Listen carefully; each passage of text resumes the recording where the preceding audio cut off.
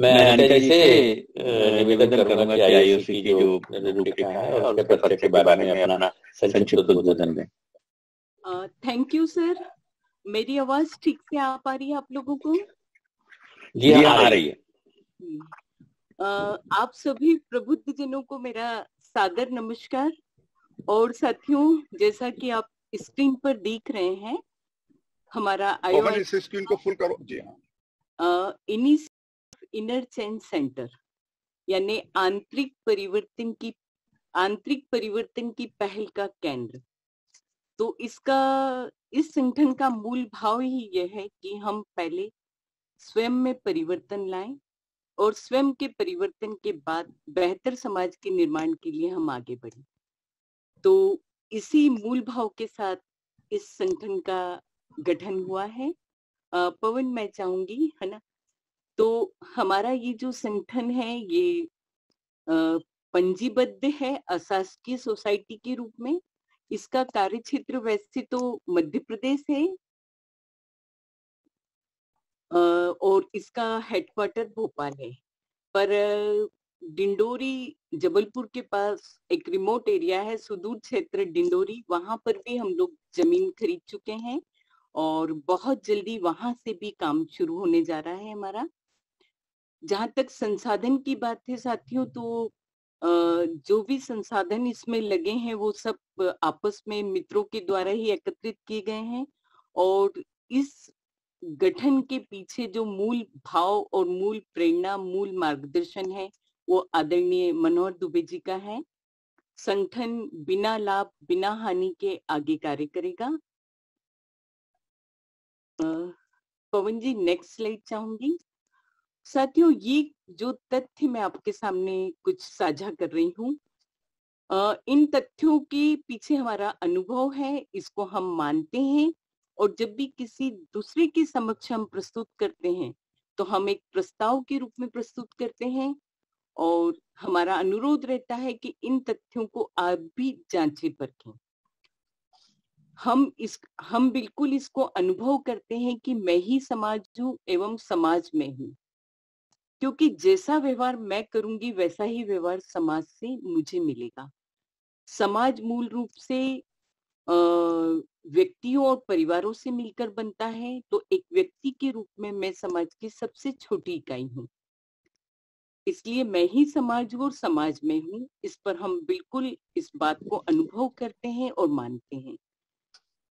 जब हम ये मानते हैं तो फिर हम ये भी मानते हैं कि समाज की जो भी प्रत्येक समस्या हमें नजर आ रही है, वो सारी समस्या और अव्यवस्थाओं के लिए हम सब कहीं ना कहीं से संयुक्त रूप से या पृथक रूप से जिम्मेदार हैं। जैसा कि अगर हम कहें कि हमारी सरकारें ठीक से काम नहीं कर रही है, तो उस तंत्र को हमने ही चुना है, इसलिए कहीं ना कहीं हम उसके लिए जवाबदार हैं। इसी तरह से समाज की किसी भी समस्या को उठाएं तो हम पाएंगे कि उसके पीछे कहीं ना कहीं हम पृथक रूप से या संयुक्त रूप से जिम्मेदार हैं। और जो भी समस्याएं हमारे सामने हैं, उन समस्याओं का हल हमें समस्याओं के अनुरूप ढूंढना है। इसी तरह से हम मानते हैं कि समस्या का जो कारण है वो है डिवीजन, यानी कि विभाजन। बच्चा जब जन्म लेता है उसके साथ बहुत सारी चीजें जुड़ जाती हैं। वो बालक है कि बालिका है, वो किस घर में पैदा हुआ है, किस जाति में पैदा हुआ है, किस क्षेत्र में पैदा हुआ है, किस समुदाय में है, उसका रंग कैसा है, ऐसे न जाने कितने विभाजन उसके साथ शुरू से, प्रारंभ से ही जुड़ जाते हैं। और कहीं ना कहीं ये विभाजन ही बहुत सारी समस्याओं के मूल में होते हैं।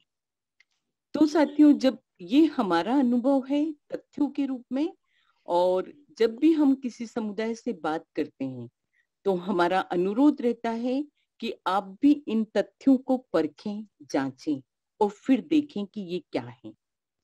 पवन जी, मैं नेक्स्ट स्लाइड चाहूंगी।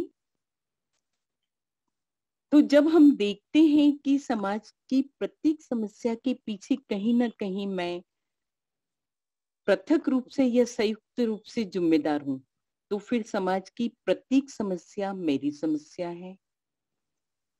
क्यों? क्योंकि मैं उसके लिए कहीं ना कहीं जिम्मेदार हूँ, तो वो मेरी समस्या है। और उन समस्याओं का जो भी हल होगा, वो हल हम मान्यताओं के आधार पर और रूढ़ियों के आधार पर नहीं देखेंगे। समस्याओं का हल हम समस्याओं के अनुरूप ढूंढेंगे। जैसा कि साथियों भी हम देख रहे हैं कि कोरोना के समय में हमने इस समस्या का हल ढूंढा है हमारी मूल धारणा के विपरीत। समाजीकरण, मिलना जुलना हमारी मूल मान्यता है, किंतु हम देख रहे हैं कि लंबे समय से हम एक दूसरे से मिल नहीं रहे हैं, सोशल डिस्टेंसिंग का पालन कर रहे हैं ताकि इस समस्या से बाहर आए। मंदिर जाना, इबादत करना हमारी नित्य कर्म में आता है, किंतु हमारे पूजा घर, हमारे इबादत घर इस समय बंद कर दिए हैं, क्योंकि समस्या से बाहर निकलने के लिए जरूरी था कि हम इन मान्यताओं को अलग रख के इस समस्या का हल ढूंढें। इसी तरह से साथियों बहुत सारी समस्या हो, तो प्रत्येक समस्या का हल समस्या की तह में, उसके कारण में जाकर उसके अनुरूप ढूंढना चाहिए, ऐसा हम देखते हैं और मानते भी हैं। पवन जी, नेक्स्ट स्लाइड चाहूंगी मैं। इसी तरह से हम परखते हैं, क्योंकि कहा जा रहा है कि विभिन्न युगों से गुजरते हुए आज हम जिस युग में हैं वो हम है नॉलेज युग में, ज्ञान युग कहा जा रहा है आज के समय को। तो वास्तव में ज्ञान क्या है? क्या सिर्फ सूचनाओं को एकत्रित करना ज्ञान है? और ज्ञान की भूमिका क्या है हमारे जीवन में? और वास्तव में इसके आगे भी हम देखते हैं कि हमारा स्वरूप क्या है, क्योंकि हम एक चैतन्य शक्ति हैं और दूसरी तरफ हम शरीर के रूप में एक जड़ इकाई हैं। तो मन शरीर के रूप में वास्तव में हमारा स्वरूप क्या है और इसको जानने में ज्ञान की क्या भूमिका है, इन सारी चीजों को हम परखते हैं इस प्लेटफॉर्म पर। पवन, नेक्स्ट स्लाइड। साथियों, इसमें हम देखते हैं और परख पड़ताल कर रहे हैं निरंतर हम कि जिम्मेदारी, ये जो सारे शब्द आपको स्क्रीन पर नजर आ रहे हैं, ये सारे शब्द जो कि हमारे नित्य प्रति के जीवन में बहुत महत्व रखते हैं, चाहे जिम्मेदारी की बात करें, चाहे गंभीरता की, प्रेम और ईर्ष्या की बात करें, तो जब हम बहुत आराम से ये कहते हैं कि हमें अपने पड़ोसी से बहुत प्रेम है, या भाई भाई में बहुत प्रेम है, या हम अपने संबंधों में हम कहते हैं कि हम बहुत प्रेम पूर्वक हैं, परंतु दूसरी तरफ हम देखते हैं कि हमारे ही पड़ोस में अगर कोई हमसे अच्छा मकान बन जाए, या हमसे बड़ी गाड़ी खरीद ले, या हमारे भाई के बच्चे हमारे बच्चों से ज्यादा योग्य और ज्यादा अच्छे मकाम पे पहुंच जाए, तो हम जलन का शिकार होते हैं। तो साथियों, ये कैसे संभव है कि प्रेम और जलन एक साथ हमारे मन में है? तो इसकी निरंतर हम परख और पड़ताल कर रहे हैं। डर और चिंता की क्या स्थिति है हमारे जीवन में? प्रतिस्पर्धा और सफलता, यानी बहुत प्रतिस्पर्धा के बाद जो सफलता मिलती है, फिर ऐसा क्या होता है कि सुशांत राजपूत सुसाइड अटेम्प्ट कर लेते हैं। तो इस तरह से किस तरह की प्रतिस्पर्धी समाज को हम बना रहे हैं, इन सारे शब्दों की हम गहराई से परख करने का निरंतर प्रयास करते हैं।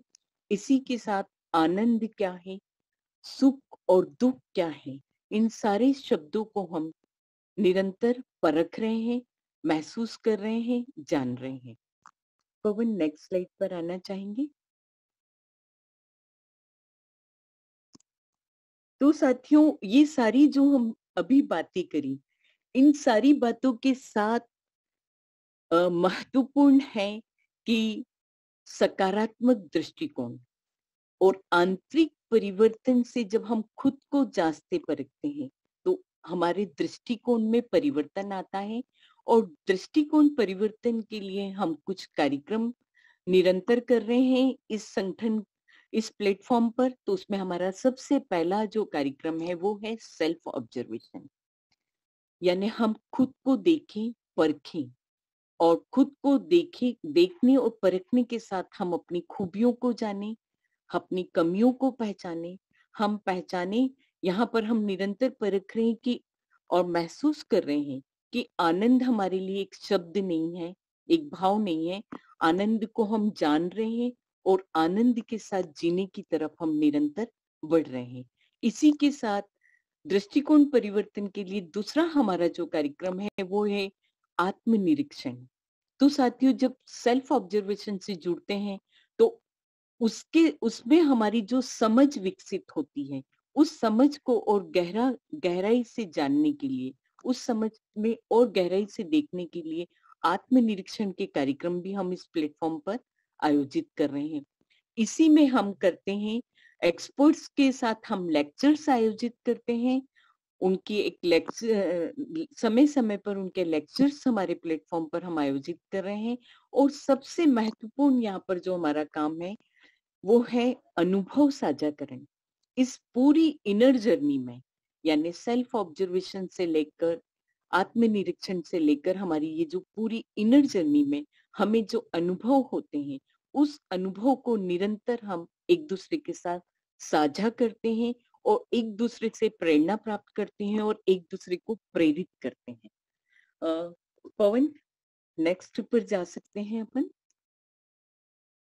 साथियों, इसी के साथ साथ हम सामाजिक सरोकार से जुड़े बहुत सारे कार्य के लिए हमारी योजना है, बहुत सारे एक्शन प्लान हमारे तैयार हैं।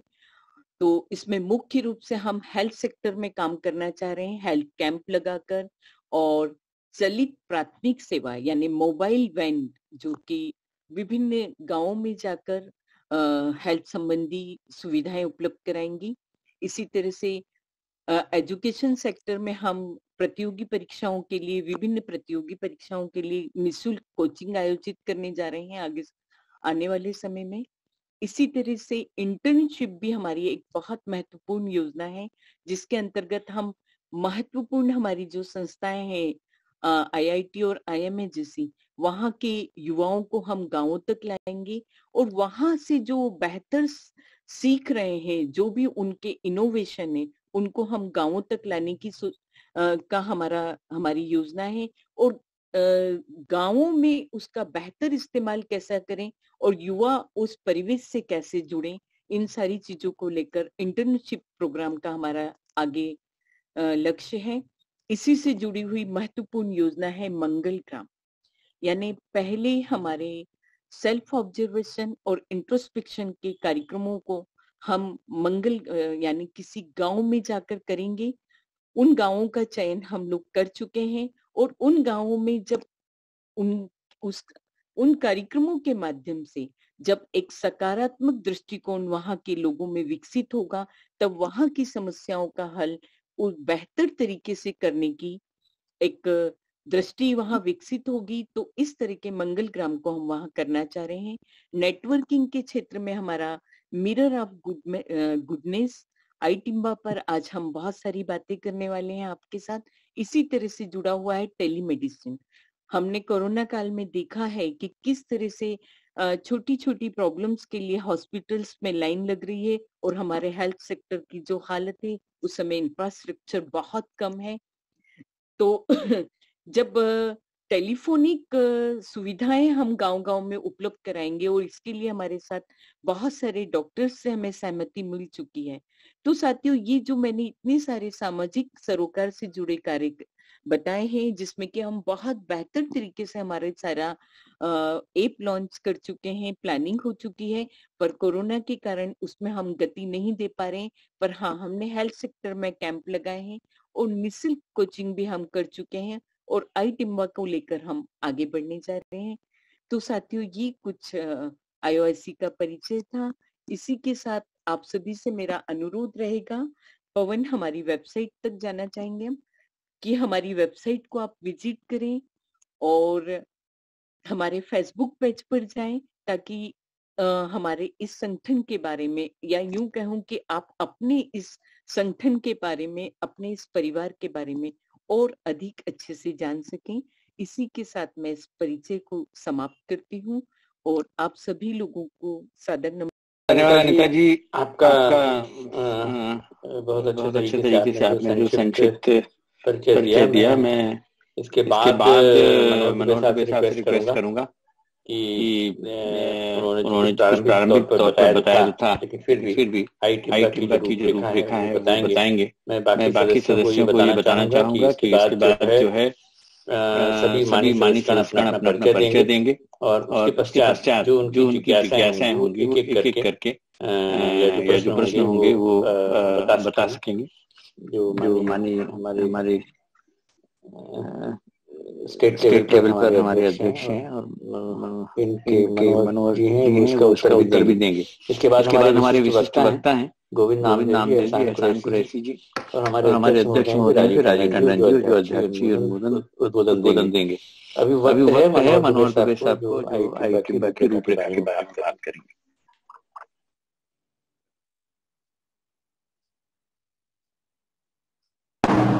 सर आपका माइक। पवन, आप हमारी स्क्रीन को शेयर शुरू करेंगे पीपीटी। आनंद, आपको बहुत बहुत धन्यवाद। और अब मैं आपको बहुत ही संक्षेप में, क्योंकि समय हमारे पास कम है, हम आई टिम्बा के बारे में आपसे बात करेंगे। जैसा कि मैं बात कर रहा था कि हम जब राजानंद संस्थान में थे तब उस समय हमने कुछ 2 या 3 चीजें सुनी थी और देखी थी समाचारों में। एक घटना हुई थी मुंबई में, जहां पर एक बहुत ही संभ्रांत महिला एक बहुत ही संभ्रांत क्षेत्र में एक मल्टी स्टोरी एक कॉम्प्लेक्स में उनकी डेथ हुई थी। वो और उनका बेटा था। बेटा किसी कारण से 2 या 3 महीने के लिए अमेरिका गया हुआ था और वो उनकी बेटे और माँ की प्रतिदिन बात हुआ करती थी। किसी दिन एक दिन उनकी बात होते होते बेटे और माँ में विवाद हो गया था और माँ ने फोन बंद कर दिया था। उसके बाद उनके बेटे ने कई बार कोशिश की और माँ से बात नहीं हो पाई। इस घटना के बाद उसने, बेटे की जो पर्सन हम लोगों को सुनने मिले थे समाचारों के माध्यम से, कि उन्होंने कई बार कोशिश की, बात नहीं हो पाई। उन्होंने पुलिस में भी सूचना दी और बात नहीं हो पाई और कुछ हो नहीं पाया। और जब वो 2 महीने बाद लौटा बच्चा, तो उसने देखा कि उस फ्लैट में, जो एक बहुत ही पॉश मल्टी स्टोरी कॉम्प्लेक्स में था, उनकी माँ का एक कंकाल मिला जो पलंग पर बैठा हुआ था।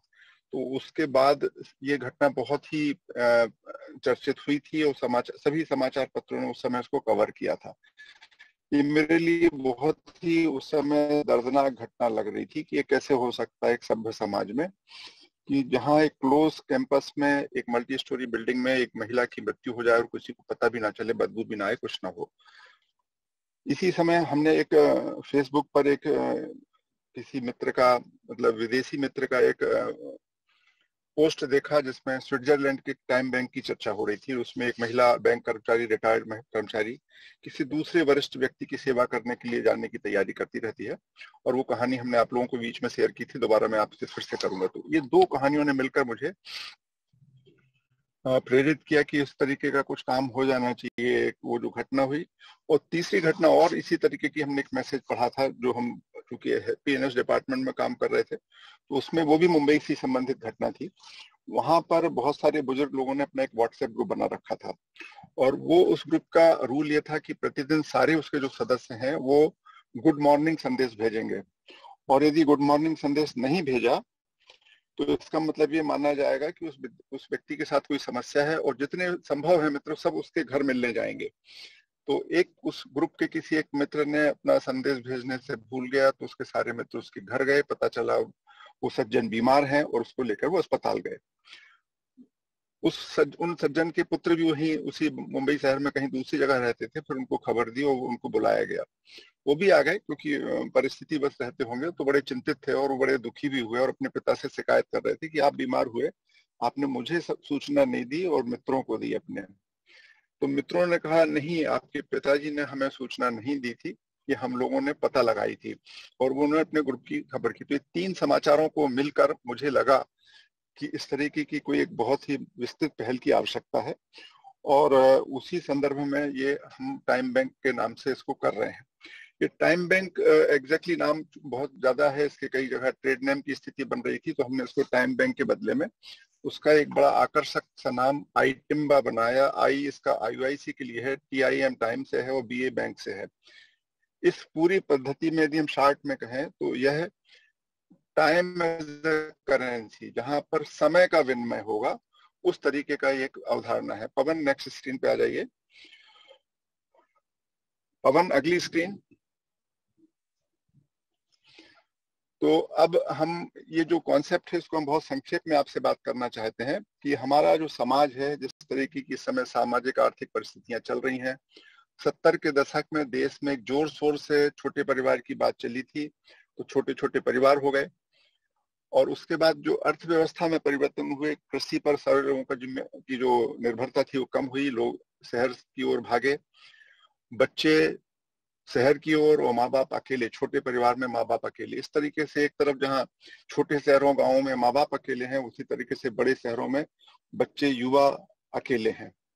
और अब ये जो लोग हैं, इनको जब समय समय पर उनको ऐसा लगता है कि उनके साथ कोई मिले, उनसे संवाद करे, दिल से बात करे, एक क्वालिटी टाइम मिले, और उनकी कभी कभी केयर की भी जरूरत होती है, मतलब एक संवेदनशील केयर की भी आवश्यकता होती है कि जब कोई बीमार हो गया है तो कोई केयर करे, समझे बात को और उनका इलाज कराए या उनसे बात करे। तो इस तरीके की हमने आवश्यकता महसूस की। अनेक लोगों से बात की तो भी उन्होंने इस बात की पुष्टि की। अभी पवन पिछली पे रखिए। और इसके बाद हमने ये भी महसूस किया, अभी वो कोरोना काल में तो बहुत अच्छे से स्पष्ट हुआ कि हमारे जो देश में बहुत से नागरिक हैं वो अभी भी लोगों की मदद करने को तैयार हैं, और इन दोनों को बात को छोड़कर हमने फिर इसके समन्वय के लिए आईटिम्बा नाम का हमारी ये व्यवस्था है। नेक्स्ट पवन। और ये जो इस तरीके का जो काम है इसमें हम कैसे करेंगे, तो इसको हमने और आगे जब बढ़ाने की बात की तो एक समझ में आया कि ये इसमें हम संवाद की सबसे ज्यादा आवश्यकता है, और क्वालिटी संवाद। यद्यपि आपके पास पैसे हैं, आपके घर में काम करने वाले कर्मचारी भी हैं, नौकर भी हैं, लेकिन आप बात करने के लिए एक समान मानसिकता का व्यक्ति आपको चाहिए, तो उसलिए आपको कोई ना कोई चाहिए। तो अब ये मुलाकात हम उसको इस ऐप के माध्यम से लोग व्यक्ति से संपर्क कर सकते हैं और फोन पर संपर्क कर सकते हैं। जरूरत पड़ने पर जो बड़े परिवार थे तो घर में होने वाली समस्या पर किसी न किसी परिजन से सलाह मिल जाती थी क्या करना। अब जब परिवार ही छोटा हो गया, जहाँ 2 बच्चे हैं या एक बच्चा है, वो भाई अकेला है या बहन अकेली है, केवल भाई बहन है, ऐसे छोटे छोटे परिवार में ये परामर्श के लिए भी समस्या हो गई है। तो परामर्श चाहिए किसी को, फैमिली नॉट प्रोफेशनल, फैमिली वे में परामर्श चाहिए। लोग बताएं बिना लाभ हानि का सोचे हुए, बिना निश्चल भाव से आपको परामर्श मिले, इसकी आवश्यकता है। चिकित्सा में जो हमारे जो बुजुर्ग हैं उनको कई बार ऐसा लगता है कि कोई मेडिकल हेल्प करे। एक डॉक्टर साहब हैं जबलपुर से, हमारे पता नहीं उन्होंने ज्वाइन किया कि नहीं, परिमल स्वामी जी, उनसे मेरी बात हो रही थी। उनका कहना था कि बहुत सारे पेशेंट आते हैं, ओल्ड पेशेंट, उनको जो प्रिस्क्रिप्शन लिखते हैं, 5 दवा लिखते हैं, उसमें से 4 खाते रहते हैं और सबसे इंपॉर्टेंट भूल जाते हैं, और जब लौट के आते हैं तो डॉक्टर साहब मैं तो पूरी दवा खा रहा था, एक ही नहीं खाया और फिर भी लाभ नहीं हो रहा है। तो इस तरीके की जो दवा ले रहे हैं, मिलने वाले हैं, उनको भी किसी न किसी एक केयरफुल संवेदनशील देखरेख की आवश्यकता है, और अन्य कार्यों में भी सहायता हो सकती है। नेक्स्ट पवन। Next screen. तो ये हम और भी कर सकते हैं, इसमें कौशल का आदान प्रदान हो सकता है, इसके माध्यम से हम विशेषज्ञ सहायता दिला सकते हैं एक दूसरे को। जैसा हम लोग सारे कार्यालयों में देखते हैं कि हमारे इनकम टैक्स के रिटर्न भरने में कोई ना कोई हमारा एक मित्र रहता, भर देता है। बहुत सारी प्रशासनिक आवश्यकता है, किसी को नगर निगम से नक्शा पास कराना है, तो किसी को जाति प्रमाण पत्र चाहिए, तो किसी को पासपोर्ट बनाना है, तो किसी को ट्रांसफर सर्टिफिकेट चाहिए, कुछ भी जो भी है। तो जब वो अचानक उसको लगता है तो ऐसा लगता है कोई किसी से बात हो जाए फिर हम आगे काम करें, तो इस तरीके की सहायता हो सकती है। यदि हमारे पास किसी के पास कोई कोर्ट केस है तो किसी लीगल सपोर्ट की जरूरत है, तमाम। और अभी हमने इस तरीके की चीजें महसूस की कि और भी अन्य चीजें संभव है, कि जैसे मान लीजिए कोई एक शहर से दूसरे शहर जा रहा है, अकेला जा रहा है, उसको कंपनी की जरूरत है, या कोई व्यक्ति है उसको तत्काल परिवहन की आवश्यकता है, तो एक दूसरे से मिलकर इस सेवा का उपयोग करके हम एक दूसरे की सहायता पहुंचा सकते हैं, सहयोग बढ़ा सकते हैं। नेक्स्ट पवन। अब इसके ये जो पूरे जो हमने कॉन्सेप्ट लेवल पर बात की, इसको करने के लिए हमें क्या करना पड़ेगा, इसमें हमने देखा कि एक टेक्नोलॉजी की जरूरत है, और हमारे पास आधुनिक टेक्नोलॉजी अवेलेबल है। जहां एक और हमारे परिवार छोटे हैं, वहीं एक टेक्नोलॉजी से हमने देखा सोशल मीडिया से बहुत सारा संपर्क बढ़ा है। तो हमने एक उसी की नकल करते हुए, उसी को समझते हुए एक ऐप बनाया है। नवीन शुक्ला जी हैं हमारे, वो शायद उन्होंने ज्वाइन किया होगा, उन्होंने हमारे लिए निःशुल्क ये ऐप बनाया है। तो हमने एक बहुत अच्छा सा ऐप बना लिया है, उसका उपयोग करेंगे। अब केवल ऐप बनाने से काम नहीं हो जाता, क्योंकि ये जरूरी है कि इसके लिए एक परिवेश भी बने, लोग खुलकर अपने लिए सेवा मांग सकें, लोग निर्भीक भाव से एक दूसरे को जाके सेवा कर सकें। इसके लिए परिवेश निर्माण की जरूरत है, टीम निर्माण की जरूरत है, और उसमें हम लोग सब मिलकर काम कर रहे हैं। और एक और बड़ा इंपॉर्टेंट इशू है जो हम चाहते हैं कि जब कोई मदद कर रहा है या मदद प्राप्त कर रहा है तो उसमें छोटे और बड़े का भाव नहीं होना चाहिए। ये एक बड़ा इंपॉर्टेंट इशू है, और दुनिया भर में ऐसी बहुत सारी रिसर्च है जो ये कहती है कि जब आप मदद करते हैं और जब आपको मदद मिलती है, दोनों समय आपको आनंद मिलता है। आप सारे लोग यदि याद करेंगे अपनी जिंदगी के बहुत अच्छे पल, जब आपको याद आएंगे तो आपको वही पल आएंगे जब आपने किसी नीडी व्यक्ति की मदद की होगी। आपने खुद के ऊपर खर्चा जो कर लिया होगा वो याद नहीं आएगा। आपकी जिंदगी के जब भी आप किसी गंभीर मोड़ पर रहते हैं तो आपको जीवन की जो उपलब्धियां दिखती हैं वो यही दिखती हैं कि आपने किस किस को मदद की थी, किस किस का आपने केयर किया था। तो एक फुलफिलिंग लाइफ के लिए मदद करना भी बहुत जरूरी है, और मदद प्राप्त होते समय तुमको सही चीज मिलती है, अच्छा लगता ही है। और जब ये काम कर रहे हैं तो लेने और देने का भाव, जो हमारे देश में एक संस्कृति है कि देने वाले का हाथ ऊपर रहता है और लेने वाले का नीचे है, ये भाव समाप्त होकर बराबरी का होना चाहिए। यदि आपको लगता है कि सामने वाला मदद ले नहीं तो आप दोगे कैसे उसको?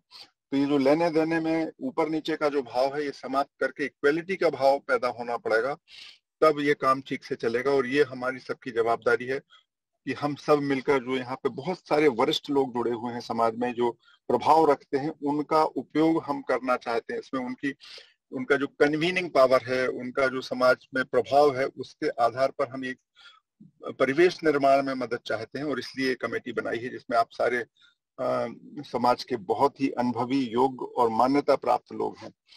तो ये हमारा एक रणनीति है जिसके तहत ये समिति है। नेक्स्ट पवन। अब इसमें जो फंक्शन है हमारे, उसमें बहुत सारे टेक्निकल फंक्शन, लेकिन जो हमारी आवश्यकताएं हैं वो हम आपको बता रहे हैं। इस ऐप के माध्यम से कोई भी व्यक्ति जो सेवा देना चाहते हैं वो सेवा देने की व्यवस्था कर सकते हैं कि साहब मैं आपके लिए उपलब्ध हूँ।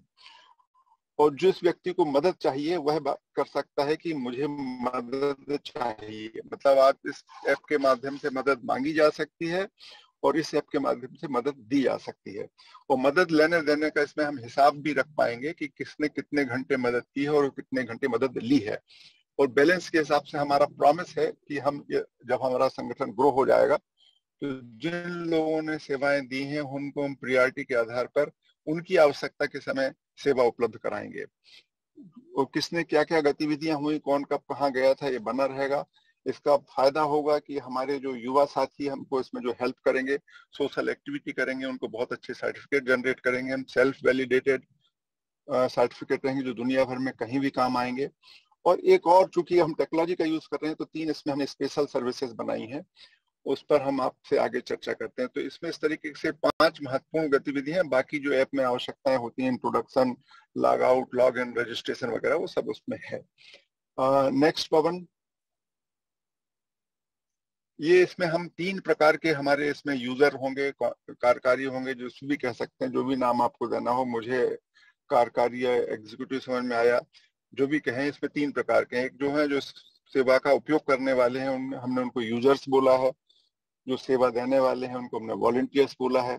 और यूजर्स और सेवा देने वालों के बीच में जो समन्वय का काम करने वाले हैं वो मैनेजर होंगे। और तीनों को एक दूसरे से जुड़ा होना होगा, समानता के भाव से जुड़े रहेंगे। और ये 3 हैं, इनको हम आपसे आगे अलग अलग बताते हैं कैसे काम करने वाले हैं। पवन, नेक्स्ट स्क्रीन। तो यदि जो हमारा यूजर है उसको ऐप डाउनलोड करना पड़ेगा, और ऐप डाउनलोड करने के बाद पंजीयन कराना होगा। पंजीयन करने के संदर्भ में उसको बहुत सारा विवरण देना होगा जो मैं आपको यहाँ नहीं बता रहा हूँ। परंतु यदि जब हम लोग चाहेंगे तो हम आपको ऐप का यूज करने के लिए एक अलग से प्रेजेंटेशन रखेंगे। तो आप में से जो भी साथी चाहेंगे उनके लिए हम नेक्स्ट संडे को एक ऐप का यूज करने का प्रस्तुति करेंगे, जिसकी प्रस्तुति हमारे नवीन शुक्ला जी आप सबके सामने करेंगे। और इसमें 2 प्रकार की सेवाएं हैं, एक स्पेशल पूर्व निर्धारित सेवाएं और कुछ जो आपको जो चाहिए, मतलब एक में बिल्कुल फ्रीली जो आपको सेवा आवश्यक है वो आप मांग सकते हैं।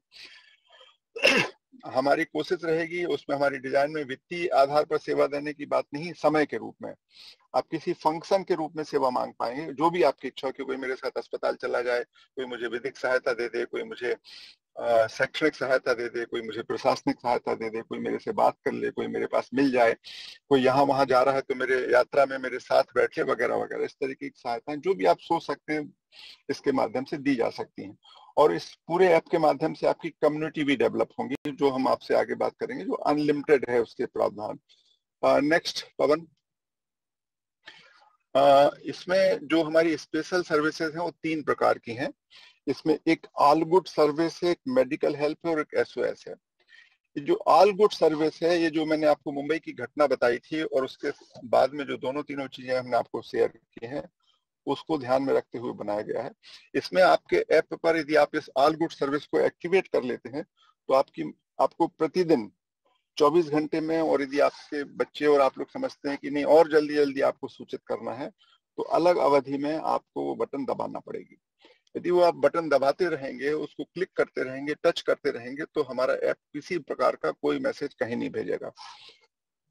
परंतु यदि आपने, जैसे सामान्य रूप से हम मानते हैं कि 24 घंटे का इंटरवल रहेगा, यदि आपने 24 घंटे लगातार उस ऐप को टच नहीं किया, उस बटन को टच नहीं किया, तो ये इसमें हमारे जो पहले से रजिस्टर्ड लोग होंगे उनको मैसेज पहुंचाएगा, और थोड़े दिनों बाद जो आप जहां रहते हो उसके आजू बाजू के जो वॉलंटियर्स हैं उनको भी मैसेज पहुंचाएगा कि आज सो एंड सो पिछले 24 घंटे से उन्होंने अपने स्वास्थ्य सेवाओं के संदर्भ में, स्वास्थ्य की स्थिति के बारे में कोई सूचना नहीं दी है और उन्होंने मोबाइल टच नहीं किया है, कृपया इनकी जांच कर लें, चेक कर लें, मिल लें इनसे। तो इस तरीके की ये सेवा है।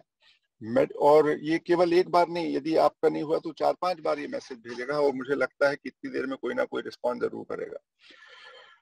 मेडिकल हेल्प का वर्तमान में इसका भी हमारा प्रावधान यही कि 3-4 लोगों को जिनसे वो संपर्क करना चाहते हैं उनको क्लिक करेंगे, उनको मैसेज जाएगा। और इसके अलावा आसपास के कुछ वॉलंटियर्स के पास मैसेज जाएगा, जो हम रूल डिसाइड करेंगे समय समय पर, उस हिसाब से ये मैसेज जाएगा और लोग मेडिकल हेल्प उपलब्ध करा पाएंगे। और इसी तरीके से SOS है, इन 2 सर्विस के अलावा और भी कोई अर्जेंट आवश्यकता है तो SOS का मैसेज दबाने से भी एक रेडीमेड मैसेज चला जाएगा। आपको कुछ टाइप नहीं करना पड़ेगा, केवल बटन क्लिक करना पड़ेगी और मैसेज वॉलंटियर्स के पास और रजिस्टर्ड लोगों के पास जाएगा। इसमें जो हमारा यूजर है वो अपने आप को वॉलंटियर के रूप में भी पंजीकृत करा सकेगा। नेक्स्ट पवन। इसी तरीके से जो हमारे वॉलंटियर हैं उनको भी यही करना पड़ेगा, उनको भी ऐप डाउनलोड करना पड़ेगा।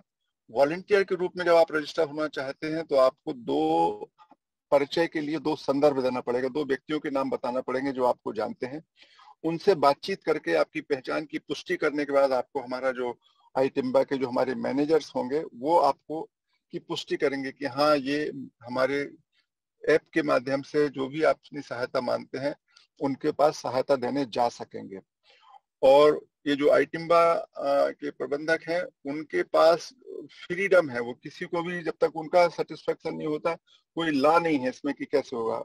हमारा जो मैनेजर है उसका पर्सनल समाधान होना चाहिए कि हाँ, ये व्यक्ति हमारे वॉलंटियर बनने लायक है, तभी हम उनको जोड़ेंगे। नेक्स्ट। पंजीयन जब हो जाएगा आपका वॉलंटियर के रूप में, तो जो भी iTimba यूजर आपको इसमें सेवा चाहिए है, वो सारी सेवाओं की लिस्ट आपको एक विशिष्ट फॉर्मेट में देखेंगी। उनमें से आप जो सेवा देना चाहते हैं उसको आप चुन सकेंगे, और यह जो व्यक्ति है, जो वॉलंटियर है, उसको सेवा मांगने का भी अधिकार ऑटोमेटिक मिलेगा। तो ये हमारे थे 2 महत्वपूर्ण यूजर। नेक्स्ट पवन। इसमें प्रथम चरण में हमने सोचा है मैसेज, अभी जब कम हमारे पास वॉलंटियर रहने वाले हैं तो मैसेज नगर के समस्त वॉलंटियर्स के पास जाने वाला है। द्वितीय चरण में हम इसको डिस्टेंस फिक्स करेंगे और मैनेजर के आधार पर, कि जैसे मान लीजिएगा कि हमारे पास यदि शिक्षकों का समूह है तो सभी शिक्षकों के पास, और जहां आप रहते हैं उसके आधा किलोमीटर के दायरे में जो वॉलंटियर्स हैं उनको सूचित हो जाएगा। यदि कोई बैंक कर्मचारियों का है तो सारे बैंक कर्मचारियों के पास जा सकता है उस ग्रुप में जिस मैनेजर के साथ आप जुड़े हैं। इस तरीके से ये हम सेकेंड फेज, फर्स्ट फेज में इसकी ऑपरेशनल डेप्थ बढ़ाएंगे। नेक्स्ट पवन।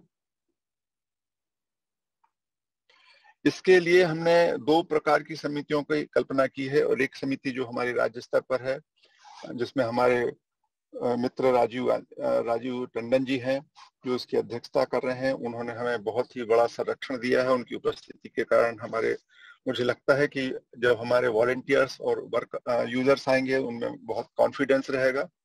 हमने संभाग से बहुत सारे वरिष्ठ पुलिस और प्रशासनिक अधिकारी, समाज सेवा से जुड़े लोग और विभिन्न समाज की विभिन्न हस्तियां हमको बहुत शहर से, मैं उनका धन्यवाद देना चाहता हूँ। गोविंद नामदेव जी और एहसान कुरैशी जी भाई हमारे साथ थे सुनने में, और आदरणीय राजू वर्मा जी, शरद बंसल जी और भी तमाम जो लोग हैं हमारे साथ, उनकी सूची आपके सामने है। भी हम सब एक दूसरे का परिचय लेंगे।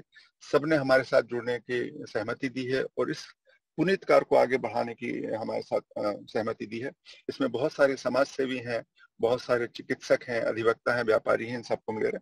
और मैंने इसके समन्वय का काम मैंने स्वयं ले लिया है और इसका प्रमुख रूप से काम है कि जो हम आईटिम्बा का जो टोटल डिजाइन कर रहे हैं, आप सबकी सलाह से हम इसके और कैसे फंक्शनल होगा, कैसे आगे बढ़ेगा, आपकी सलाह लेंगे, मार्गदर्शन प्राप्त करेंगे।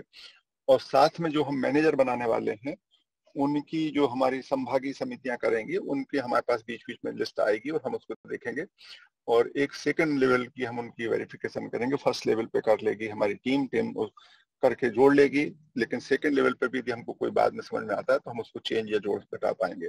तो ये हमारी ये प्रशासनिक समिति है। नेक्स्ट पवन।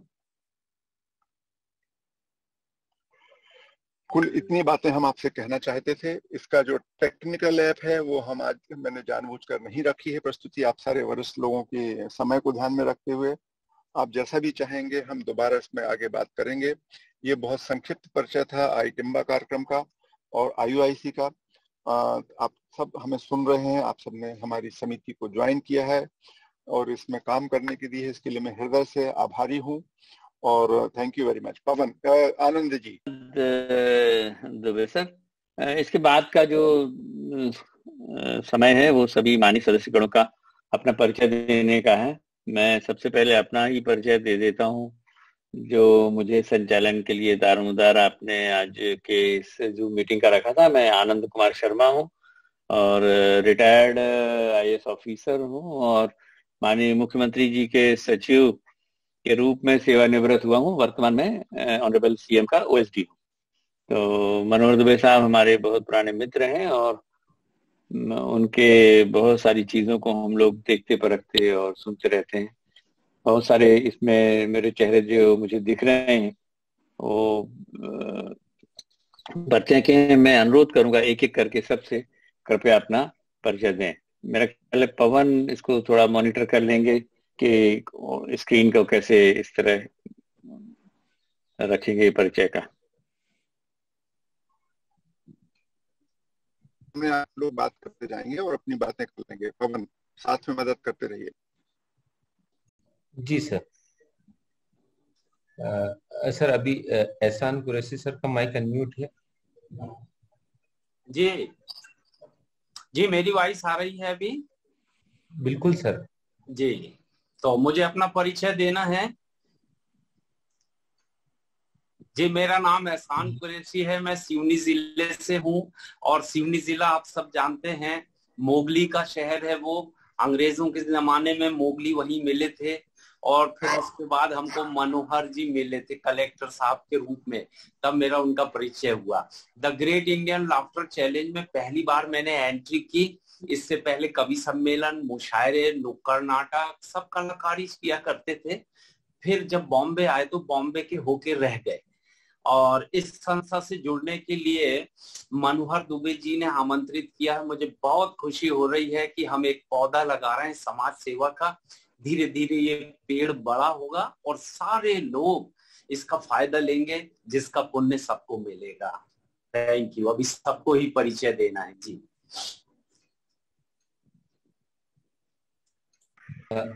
सभी को नमस्कार। जी सर, आवाज आ रही है मेरी? जी ब्रजमोहन सर, आपकी आवाज आ रही है।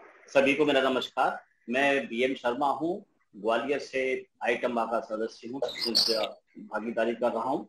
मैं सेवानिवृत्त भारतीय प्रशासनिक सेवा का अधिकारी हूँ। सभी को पुनः नमस्कार।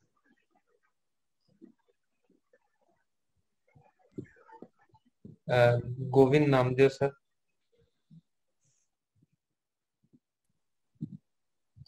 मैं दिख रहा हूँ? हाँ, ओके जी सर। नमस्कार, नमस्कार, आपका स्वागत है जी। थैंक यू वेरी मच, बहुत बहुत शुक्रिया। मेरा नाम गोविंद नामदेव है और मेरा छोटा सा परिचय ये है कि मैं सागर में पैदा हुआ, वहाँ पर 7वीं क्लास तक मैं पढ़ा और बाकी 8वीं क्लास से ग्रेजुएशन तक मैं दिल्ली में पढ़ा और फिर सन 1975 से सन 1978 तक मैंने नेशनल स्कूल ड्रामा से एक्टिंग में डिप्लोमा किया। उसके बाद फिर 1978 से 1989 11 साल मैंने राष्ट्रीय नाट्य विद्यालय रंगमंडल में बतौर प्रोफेशनल आर्टिस्ट मैंने काम किया। उसके बाद सन 1990 से मैं बॉम्बे में हूँ और अब तक तकरीबन 130 फिल्मों से ज्यादा मैं फिल्मों में काम कर चुका हूँ और अभी आपके सामने हूँ। नमस्कार, मैं बहुत खुश हूँ कि मैं आईटिम्बा से मेरा संपर्क हुआ और मैं इससे जुड़ा। बहुत बहुत धन्यवाद। Thank you sir. Rajiv sir. Screen पे आ रहा हूँ। नमस्कार जी, बहुत बहुत सभी का स्वागत है। परिचय तो ये देना चाहूंगा कि मनोहर का क्लासमेट हूँ स्कूल डेज से, अभी जरूर पुलिस सेवा में हूँ, परंतु आप सबका बहुत बहुत स्वागत, अभिनंदन। और सभी लोग अपना परिचय दे रहे हैं एक बहुत ही अच्छे कार्य के लिए, पुनीत कार्य के लिए, जिसकी आज समाज में बहुत आवश्यकता है। हम सब जुड़े हुए हैं। बाकी बाद में बोलूंगा। Rajiv Tandon. Thank you sir. अपना माइक अनम्यूट कीजिए।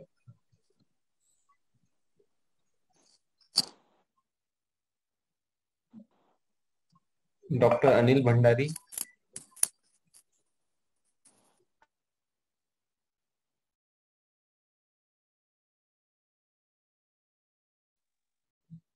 सर अपना माइक अनम्यूट कीजिएगा, अभी माइक म्यूट है आपका। सभी को नमस्कार। आज हमारे विश्व पर्यावरण दिवस के उपलक्ष्य में मैं सभी को बहुत बहुत धन्यवाद करता हूं कि आज हमने पहली मीटिंग की आहुति दी है। जैसा कि आपको विदित है, एक पौधा जब रोपते हैं और आज विश्व पर्यावरण दिवस पे यही है कि हमें एक वृक्ष का रूप लेना है, तो निश्चित ही आपका ये जो पूरी उद्देश्य है इसमें हम सफल होंगे। मैं इंदौर में रहता हूँ, मेरी 3 फैक्ट्रियां हैं, 2 इंदौर में, एक रायपुर में, मगर पिछले 40 साल से मैं एक उद्देश्य को, समाज सेवा के उद्देश्य को लेकर काम कर रहा हूँ। मेरा मुख्य जो आपका आईटिम्बा का जो उद्देश्य है उससे 7 उद्देश्य मिलते हैं। मैं लगभग आपको एक एग्जाम्पल के रूप में बताऊं कि 10 करोड़ रुपए महीने की मार्केट वैल्यू की सेवा करते हैं हम लोग। सेवा क्या करते हैं, हम सहयोगी बनते हैं और उसमें मेरे कुल मिला के 25 लाख रुपए लगते हैं। मेरी मध्य प्रदेश में लगभग 20 जिलों में संस्थाएं हैं। हमीदिया अस्पताल भोपाल में प्रेरणा सेवा संस्था भी मेरी ब्रांच है। तो इस तरह से हम 1 रुपए लगा के 20 रुपए के काम कैसे करें, तो how to utilise the waste of the country. मेरे साथ में 450 सीनियर सिटीजन जुड़े हैं, जिसमें चीफ कमिश्नर इनकम टैक्स से लेके आईजी से लेके डीआईजी से लेके समाज सेवी प्रोफेसर है। पिछले 35 वर्षों से सतत 2 से 3 घंटे हमारे हॉस्पिटल में सेवा दे रहे हैं। तो मैं इतना ही परिचय देना चाहूंगा। मेरी वेबसाइट है anilbhandari.org और ये जो आपका टाइम बैंक का कॉन्सेप्ट है, इसमें मैंने बहुत वर्किंग किया है। एक लाइन में इसका बात सिर्फ इतनी है कि हमारी आज की जो उम्र है, जैसे मेरी आज 57 साल की उम्र है, तो हम जब हमारी 20 साल की उम्र से और हम 40 साल तक आते हैं, तो हमारे पास जो स्पेयर टाइम है वो हम सेवा में लगाते हैं। और उसके बाद जब हमारी बुजुर्ग हम होते हैं और जब हमें टाइम की जरूरत होती है, तो जो मेरा जमा करा हुआ टाइम है, उस समय वो यंग जनरेशन फिर वो हमारे काम आती है। तो ये time given and time given का ये कॉन्सेप्ट बहुत विदेशों में चलता है और ये बहुत अच्छा कॉन्सेप्ट है। इसमें हम कई हमारे जो सारे ये जो गंभीर बीमारियां हैं, इसके हमने ग्रुप बना रखे हैं, जिसकी चर्चा बाद में करेंगे। मेरी वेबसाइट है anilbhandari.org। मैं इंदौर में निवास करता हूँ। आप पधारें, हमारे सारे प्रोजेक्ट देखें। 20,000 लोग रोज मेडिसिन देते हैं, करीब 25,000 हम फूड पैकेट रोज बनाते हैं। ऐसी तमाम सारी 25 संस्थाओं को मैं चलाता हूँ। तो बहुत बहुत धन्यवाद। जय भारत, जय Hind. Thank you sir, thank you very much. Satish Saxena ji. जी, मैं सतीश सक्सेना। आवाज आ रही है? एक मिनट में बीच में सतीश जी मैं बीच में 1 मिनट और बोलना चाहता था। यदि आपके मन में कोई प्रश्न हो तो वो भी आप कर सकते हैं इसके साथ में, ताकि समय कम लगेगा हम लोगों का। कोई भी यदि किसी के मन में कोई प्रश्न आ रहा हो तो वो भी बात करता जाएगा। जी नमस्कार। अभी तो कोई प्रश्न नहीं है। दुबे जी ने जो सतीश सर, पहले अनिल सर के मन में कुछ क्वेश्चन है, पहले हम उनको सुन लेते हैं फिर आप। मेरा सिर्फ एक प्रश्न था, चूंकि मुझे भी 40 साल हो गए इस काम में, और हमारी संस्था की गुडविल इतनी अच्छी हो गई कि हमें कहीं पैसा नहीं मांगने की बात। मैंने ऐसा पाया है पिछले 40 साल में कि अर्थ के बिना सब व्यर्थ है। तो हमें इसमें फाइनेंशियल हमारा इसका वो क्या है वो हमें देखना बहुत जरूरी है, क्योंकि मुझे लगता है कि हमें हर सेंटर, जैसे इंदौर में सीनियर सिटीजन एजुकेशन सेंटर एक स्टार्ट करना पड़ेगा, ऐसा हर जिले में अगर हमने एक सेंटर स्टार्ट कर दिया जिसमें सारे बुजुर्ग आएंगे और ये सारी आपकी एक्टिविटी वहां से कंट्रोल भी होगी, सारे सीनियर सिटीजन भी वहां आएंगे, तमाम सारी एक्टिविटी होगी, और ये अपना जो बैंक का कार्यक्रम है ये बहुत अच्छा चलेगा।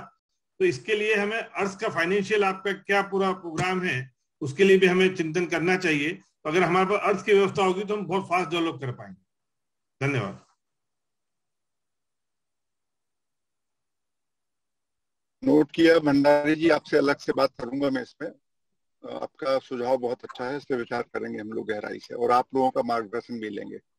हम चला रहे हैं इंदौर में एक सेंटर। नरेंद्र सिंह जी जो है डिप्टी कमिश्नर से एक्साइज से रिटायर हुए हैं, पिछले 12 साल से हम लोग चला रहे हैं एक सेंटर।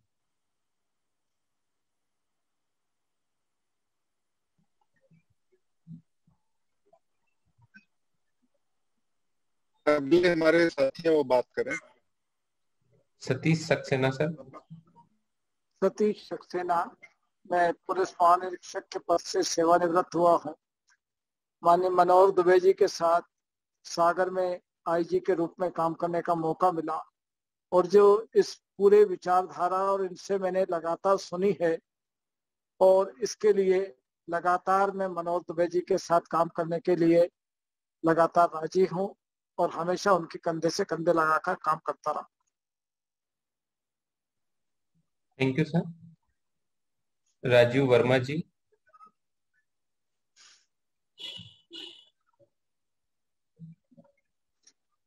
नमस्कार, मैं Rajiv Verma.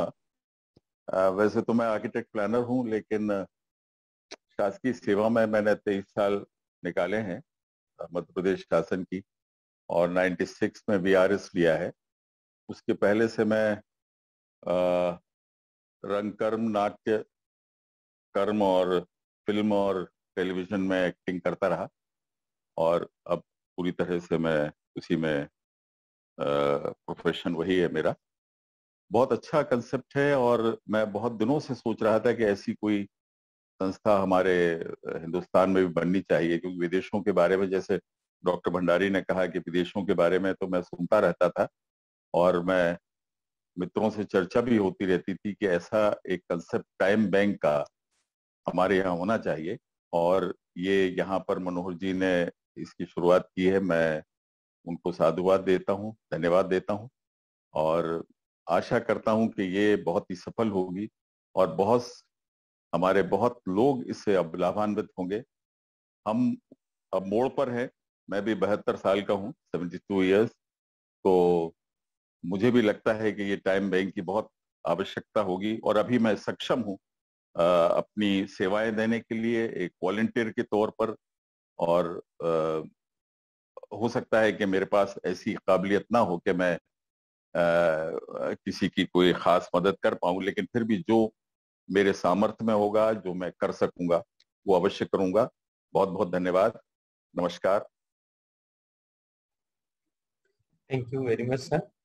Ragini ma'am, Ragini Bhandari ma'am. Ma'am नमस्कार सर, मेरी आवाज आ रही है? जी मैम, बहुत अच्छे से आ रही है आपकी वॉइस। पहले तो मेरा नाम करेक्ट करिए प्लीज, मैं डॉक्टर रजनी भंडारी हूँ, रागिनी नहीं हूँ मैं। Sorry ma'am, sorry. मैं पिछले 25 सालों से सोशल वर्क कर रही हूँ, और पूरे एमपी में सभी लोग मुझे थैलेसेमिक बच्चों के लिए काम करने वाली आंटी कहिए, दीदी कहिए, उसके रूप में जानते हैं। 96 में मैंने अपना organisation thalassemia and child welfare group बनाया था, जिसमें हमने 210 बच्चों को गोद लिया है जो थैलेसेमिक हैं। छोटे छोटे बच्चे थे, आज बहुत बड़े हो गए हैं, कईयों की शादियां हो गई हैं। इंदौर में चाचा नेहरू हॉस्पिटल में हमने थैलेसीमिया केयर सेंटर बनाया, उसके माध्यम से मैं थैलेसेमिक बच्चों के लिए काम कर रही हूँ। साथ में जितने भी आपके जो एम्स आपने रखे हैं, उसमें आधे से ज्यादा एम्स में हम लोग काम कर रहे हैं। बाल शिक्षा, स्वास्थ्य कैंप लगाना, डिफरेंट टॉपिक्स पे टॉक शो आयोजित करना, और ग्रामीण विकास, ये सब हम पिछले 25 सालों से कर रहे हैं। मैं सबसे पहले धन्यवाद राकेश श्रीवास्तव जी को देना चाहूंगी, जिन्होंने मुझे आपके ग्रुप के साथ जोड़ा। और मैं आयोग में भी, बाल आयोग में भी मेंबर रह चुकी हूँ, 5 मेडिकल कॉलेज की इथिकल कमेटी में हूँ और प्रेजेंट में पीसीपीएनडीटी का जो स्टेट बोर्ड है उसकी एडवाइजर हूँ और उसमें मेंबर भी हूँ। सबसे पहले मुझे बहुत अच्छा लगा ये टाइम बैंक का कॉन्सेप्ट। मैं हमेशा आदरणीय दुबे जी ने जो मुंबई की घटना कोट की थी उसको देख के मैंने भी सोचा था कि मुझे कुछ करना चाहिए और आज ईश्वर ने मुझे आप सबके साथ जोड़ दिया। इससे ज्यादा नहीं बोलूंगी। मैं भी इंदौर में रहती हूँ।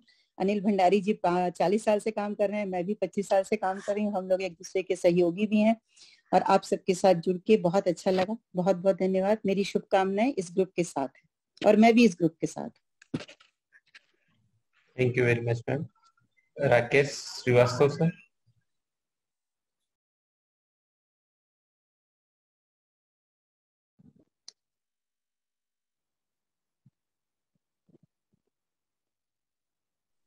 जी सर, आपका माइक अनम्यूट हो गया, आप बोलिए।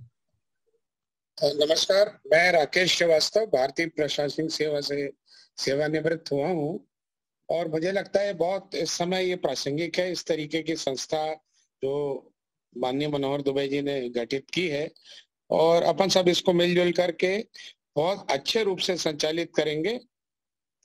हेलो, आवाज आ रही है मेरी? जी सर, आ रही है आपकी आवाज। तो मेरी शुभकामनाएं और एक टीम के रूप में अपन काम करेंगे। धन्यवाद। Thank you sir. विश्वास सर। जी, सबको नमस्कार।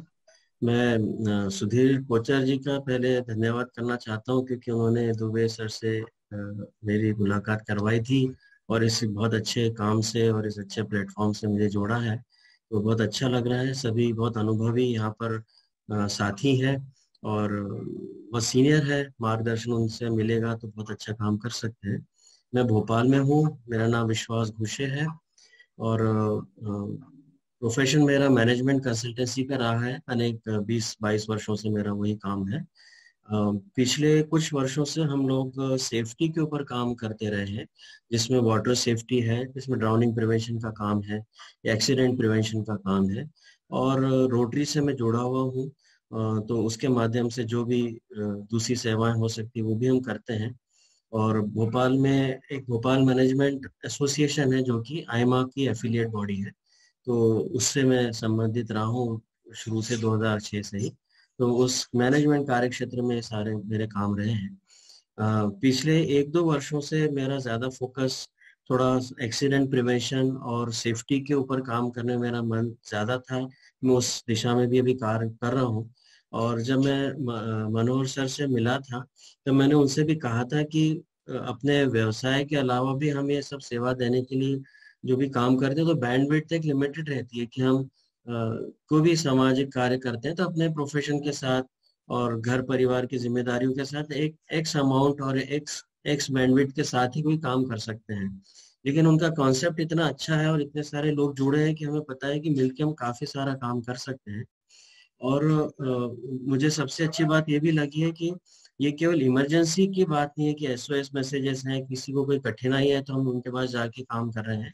ये एक प्रिवेंटिव का भी काम होता है कि समाज में आवश्यकताओं को लेकर, संदेशों को लेकर या एक जो सोशल हैबिट्स को लेके जो मैसेजिंग होनी होती है, अवेयरनेस और सेंसिटाइजेशन होता है, उसमें भी ये कम्युनिटी बहुत अच्छा काम कर सकती है। तो उस पर भी हम अच्छा काम कर सकते हैं और जरूर सबके मार्गदर्शन में जो भी सेवा होगी सबके साथ मिलकर हम करेंगे। धन्यवाद।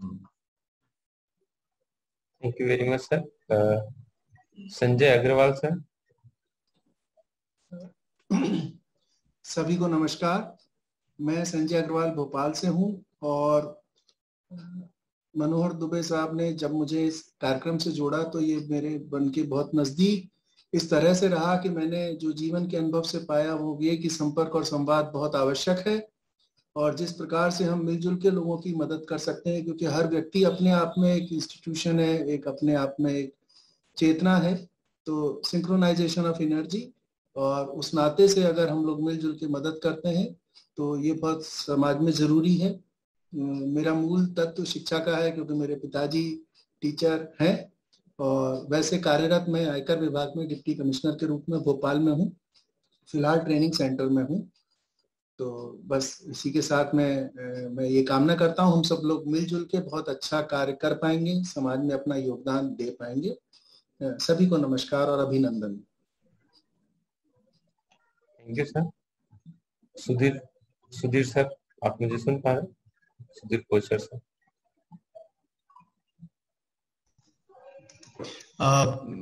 सभी को मेरा नमस्कार।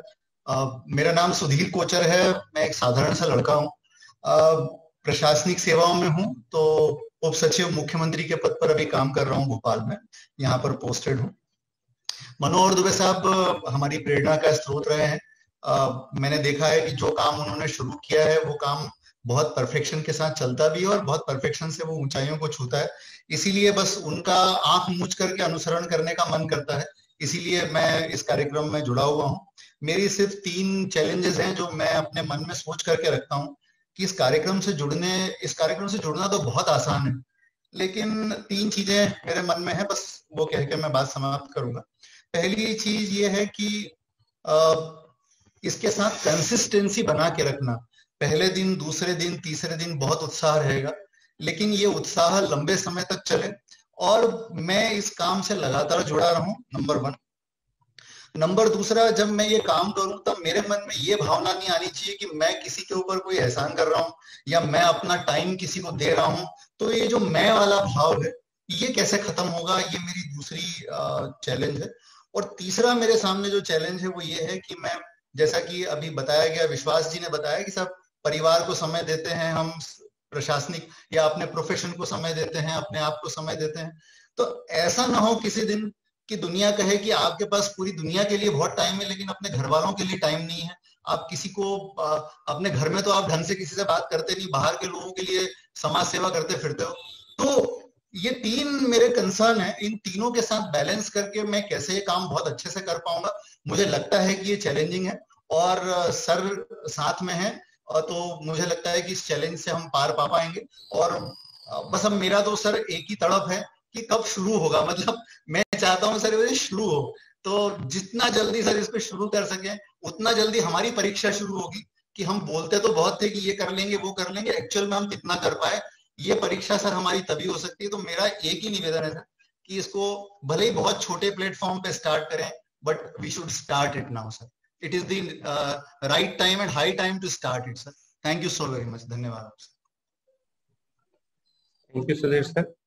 पवन दीक्षित सर।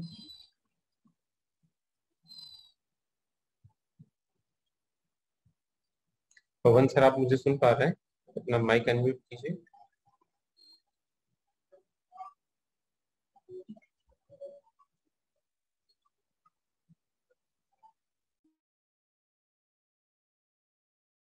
पवन सर, अभी आपका माइक अनम्यूट नहीं हुआ।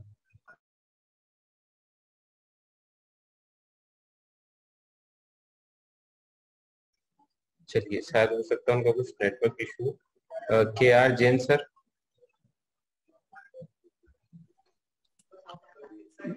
सभी को सादर प्रणाम।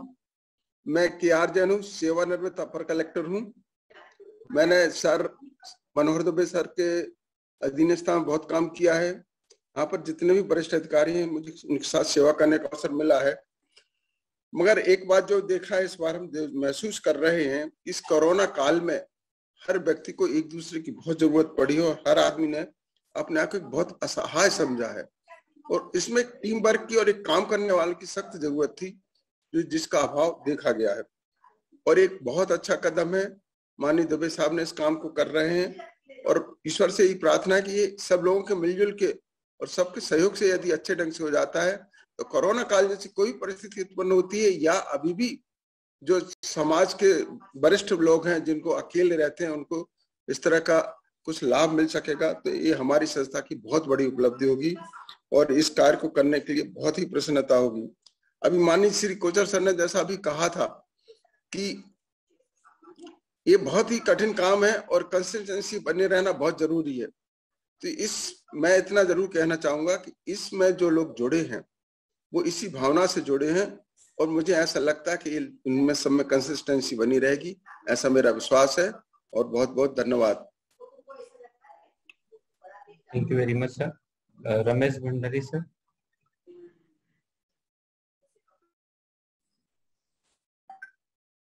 सभी को नमस्कार। आदरणीय दुबे साहब के साथ 2 बार, मैं रमेश भंडारी सेवानिवृत्त अधिकारी हूं। आदरणीय दुबे साहब के साथ 2 बार शासकीय सेवा करने का मौका मिला। उनका प्रोफेशनल भी रहा हूं और दुबे साहब की प्रेरणा से मैंने बहुत सारे कार्य करने का प्रयास किया है। मैं इसमें भी पूरी शिद्दत से काम करूंगा। धन्यवाद।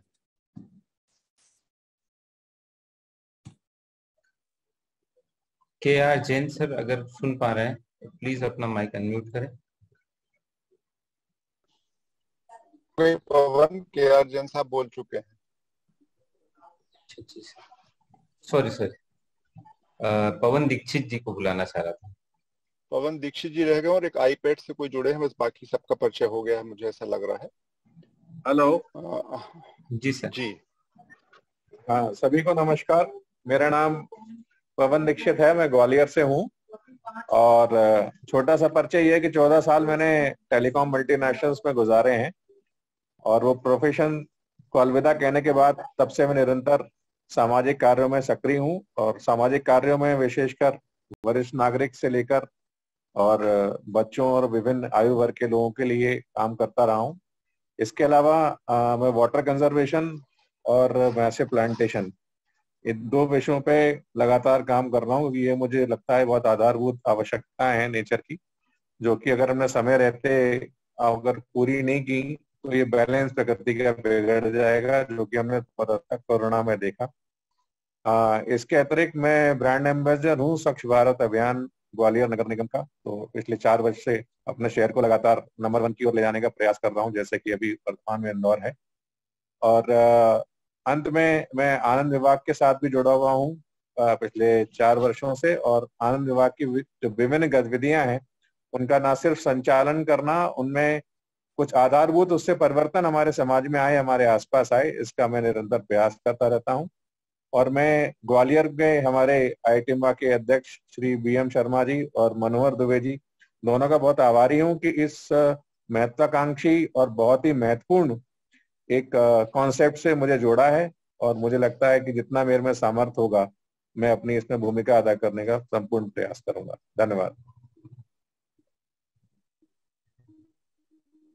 Thank you sir.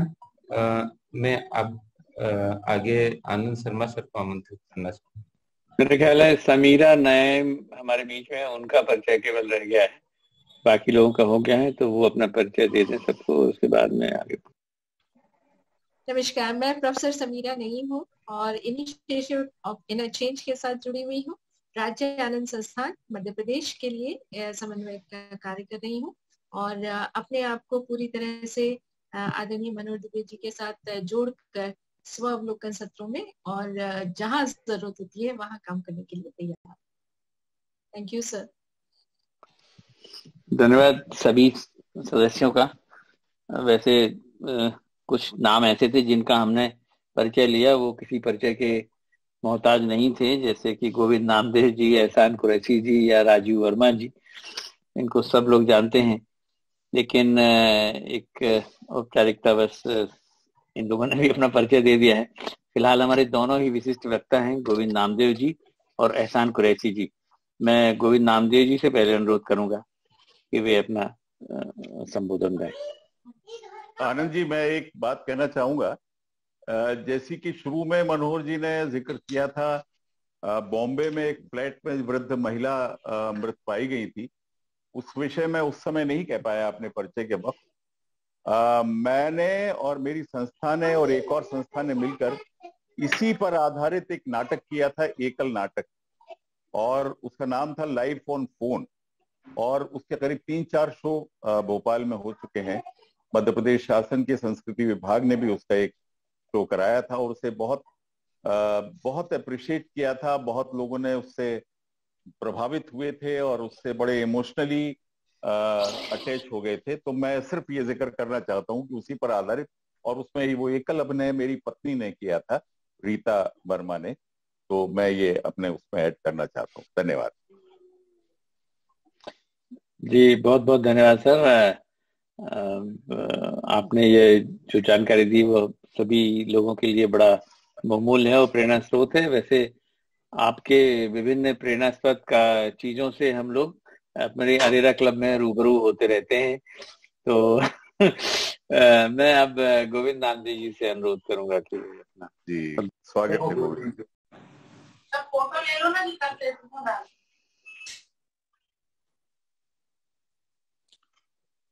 मेरी आवाज आ रही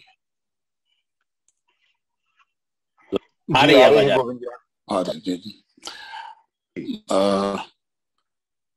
मैं बहुत सौभाग्यशाली महसूस कर रहा हूँ। इतने प्रबुद्ध लोगों के बीच मैं आप सब लोगों से जुड़ा हूँ। मैं कोई बहुत बड़ा वक्ता नहीं हूँ, एक जिम्मेदारी मुझे दी है। सो एक दो मेरे एक्सपीरियंसेस हैं बुजुर्गों को लेके, वो मैं आपके साथ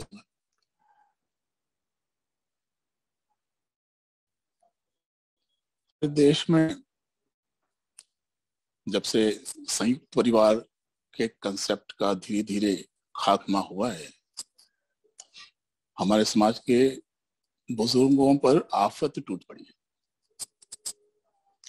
उनकी इसी आफत को, उनकी इसी तरह की समस्याओं को समाधान देने के उद्देश्य से जो आईटिम्बा का गठन करने की नींव रखी जा रही है, आज मैं हृदय से उसका स्वागत करता हूं और उससे जुड़ के मैं अपने आप को बहुत सौभाग्यशाली समझता हूं।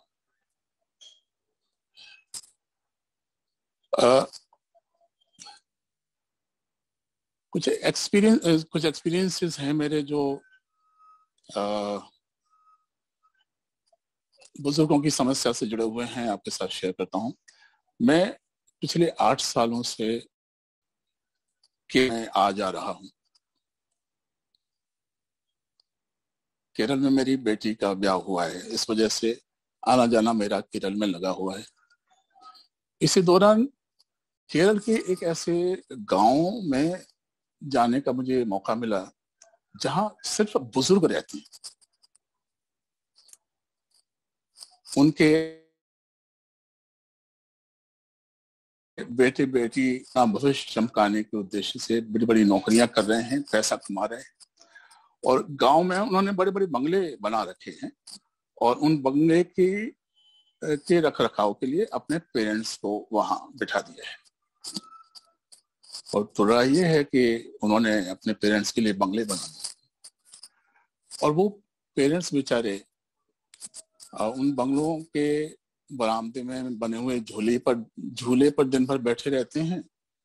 बाहर गलियों में ताकते रहते हैं कि कोई आएगा, कोई उनके साथ बैठेगा, उनके साथ बातचीत करेगा, लेकिन कोई नहीं आता।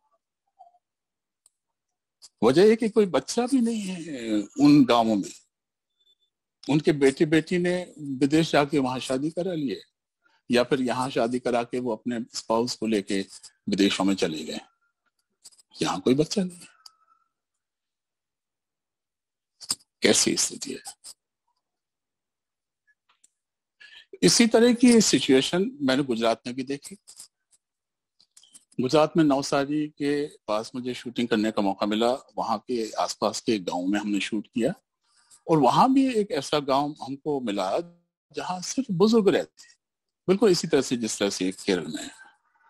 वहां भी उनके बच्चे अच्छा पढ़ लिख के विदेशों में चले गए हैं, वहां एस्टैब्लिश हो गए हैं, अच्छी नौकरी कर रहे हैं, पैसा कमा रहे हैं और यहाँ उन्होंने बंगले बना दिए हैं अपने पेरेंट्स के लिए, जहां पेरेंट्स उनके अकेलेपन के साथ झूला झूलते रहते हैं दिन भर। कैसी स्थिति है ये। इनकी इस स्थिति को का एहसास करके आंखों में पानी आ जाता है। दिन भर अकेलेपन के साथ वो जीते हैं। ये तो हुई पढ़े लिखे अपर क्लास वालों की बात। एक त्रासदी एक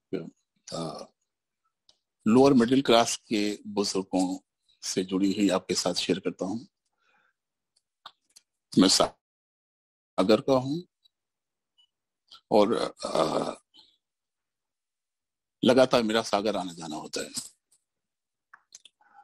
सागर के पास ही मेरी माँ का गांव है सिरौंजा, पथरिया के आसपास। वहां के काफी लोग मेरे जानकार हैं। मैं अक्सर उस गांव में जाता हूँ, उन लोगों से मिलता हूँ। मेरे एक जानकार जिनसे 4-5 साल पहले मैं मिला, अच्छे हिस्ट पोस्ट, सिर्फ ये था कि रिटायर हो गए हो और उनकी पत्नी नहीं थी, तो वो अपने बेटे और बहू के साथ रह रहे थे। उन्होंने बताया कि पत्नी के जाने के बाद बेटे बहू के साथ उनकी ज्यादा कुछ बनती नहीं है, लेकिन मजबूर है वो उनके साथ रहने के लिए। जब मैं उनसे मिला, उसके 5-6 महीने के बाद मुझे उनका संदेश आया कि उनकी तबीयत बहुत ज्यादा खराब है, वो आपको याद कर रहे हैं। मैं अपने रूटीन में सागर गया और उनसे जाके मिलने की मेरी बहुत तीव्र इच्छा हुई। मैं उनसे मिलने गया तो देखता हूं कि घर के बाहर बरामदे में उनकी खाट लगी हुई है। वो गर्मी में वो पूरी चादर ओढ़े हुए हैं और दर्द से कराह रहे हैं। मैं उनकी तरफ बढ़ने को हुआ, तभी उनकी बहू जल्दी फटफट करके आई और खाने की थाली लगभग उनके पटकते हुए खाट के और नाक पर कपड़ा ताकि बदबू ना आए। मैंने उनके बेटे से पूछा कि क्या हुआ इनको, तो उन्होंने कहा कि क्या है, ये इनको ना डायबिटीज हुई थी और बीच में वो एक बार गिर गए, बड़ा घाव हो गया, घाव ठीक हुआ नहीं, घाव बढ़ता रहा, इन्होंने डॉक्टर को दिखाया नहीं और वो घाव बढ़ता रहा। बाद में एक स्थिति ऐसी आई कि वो चलने फिरने के लायक नहीं रहे, सो वो उन्होंने खाट पकड़ ली और कुछ दिनों के बाद क्या हुआ, बेड सोल हो गए इनको। बेड सोल हो गए तो वो बेड सोल भी भरे नहीं, वो घाव भरा नहीं और ये हर समय दर्द से कराहते रहे। कुछ दिनों के बाद उनमें से बदबू आने लगी तो पूरे घर में बदबू फैलने लगा और इनकी स्थिति ये है, हर समय चिल्लाते रहते हैं, मुंह आसपास से दुर्गंध आती रहती है। मैं एकदम सख्ते में आ गया। जिस व्यक्ति को मैंने 6 महीने पहले एकदम हिस्ट पुष्ट देखा था, आज इसकी ये स्थिति। ये है हमारा बुजुर्ग। हमारे हिंदुस्तान में बुजुर्गों की ये स्थिति है, जबकि विदेशों में, दूसरे देशों में, अमेरिका, न्यूजीलैंड, कनाडा, इनमें बुजुर्गों को एक धरोहर के रूप में सम्मानित किया जाता है। इतना फर्क है। उनको सीनियर सिटीजन का कार्ड दिया जाता है और उस कार्ड के आधार पर उनको बेस्ट पॉसिबल मेडिकल फैसिलिटीज दी जाती है, हर तरह की फैसिलिटी दी जाती है और वो भी प्राथमिकता के आधार पर। अगर वहां हो सकता है तो यहाँ क्यों नहीं हो सकता? यहाँ भी तो हो सकता है। भले ही हमारी जनसंख्या बहुत ज्यादा है, लेकिन उतने ज्यादा हाथ भी तो है काम करने के लिए। फर्क क्या है? फर्क सिर्फ इतना है कि व्यवस्थाओं में प्रॉब्लम है, मैनेज करने की बात है। और यहाँ हमारा जो आईटिम्बा है, यहाँ बहुत ही महत्वपूर्ण योगदान कर सकता है इस रूप में कि आईटिम्बा के जो अपने कार्यक्रम है, जो अभी प्रेजेंटेशन में आदरणीय मनोहर दुबे जी ने हमको बताए, वो कार्यक्रम चलते रहे और हमारे आईटिम्बा के सदस्य विदेशों में सीनियर सिटीजन का स्टेटस पर अच्छी स्टडी करें और उस स्टडी के आधार पर अगर एक बहुत बेहतरीन सा प्रोग्राम चॉकआउट करें, कुछ योजनाएं बनाएं। जैसे अनिल भंडारी साहब ने जो एक जिक्र किया कि जैसे विदेशों में सीनियर सिटीजन के क्लब्स बने हुए हैं। रोज शाम को वो उस क्लब में जाते हैं, कुछ रचनात्मक बातें होती हैं, कुछ सृजनात्मक बातें होती हैं, एंजॉय करती हैं लाइफ। इसी तरह से इंदौर में जो आपने एक संभावना जताई इस तरह की क्लब की या इस तरह की ग्रुप की, उसी तरह से कुछ योजनाएं इस तरह की बनाई जाएं जो उस स्टडी के आधार पर हो, और एक मार्गदर्शक के रूप में उन योजनाओं को अपनी सरकार के सामने रखें और उस पर क्रियान्वयन करवाने की कोशिश करें। अगर ऐसा हो पाया, अगर इस तरह का क्रियान्वयन हो पाया, तो हमारे आईटिम्बा का ये बहुत बड़ा योगदान रहेगा समाज के लिए, समाज के बुजुर्गों की स्थिति को बेहतर करने के लिए, और इसका कैनवास भी बहुत विस्तृत हो जाएगा, ऐसा मैं मानता हूं। मैं उम्मीद करता हूं और मैं ये शुभकामनाएं देता हूं कि आईटिम्बा जिन उद्देश्यों को लेके आगे बढ़ रहा है वो पूरी ईमानदारी के साथ अपने प्रयास जारी रखेगा, जैसे कि और भी सदस्यों ने ये आशंका भी जताई है और विश्वास भी जताया है कि पूरी ईमानदारी के साथ प्रयास जारी रहेंगे, और जिस उद्देश्य को सामने रख के ये गठन करने की नींव डाली जा रही है वो उद्देश्य पूरे करेंगे, उन उद्देश्य प्राप्त करेंगे, वो ध्येय प्राप्त करेंगे। बहुत बहुत धन्यवाद मुझे इस ग्रुप से जोड़ने के लिए। मैं बहुत खुश भी हूँ और बहुत सौभाग्यशाली हूँ। मैं चाहूंगा कि इस ग्रुप से जोड़ के कुछ सार्थक काम कर सकूं समाज के लिए। बहुत बहुत धन्यवाद। नमस्कार। बहुत बहुत धन्यवाद गोविंद नामदेव जी, आपके बहुत ही प्रेरणास्पद जो उद्बोधन था उसने सब पर बहुत गहरा प्रभाव डाला है।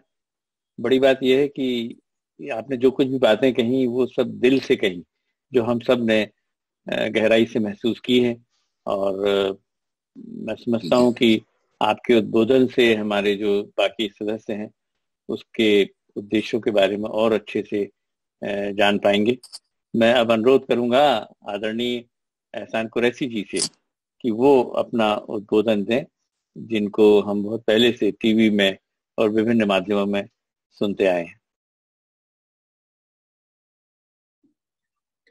सर अपना माइक अनम्यूट कीजिएगा एहसान सर।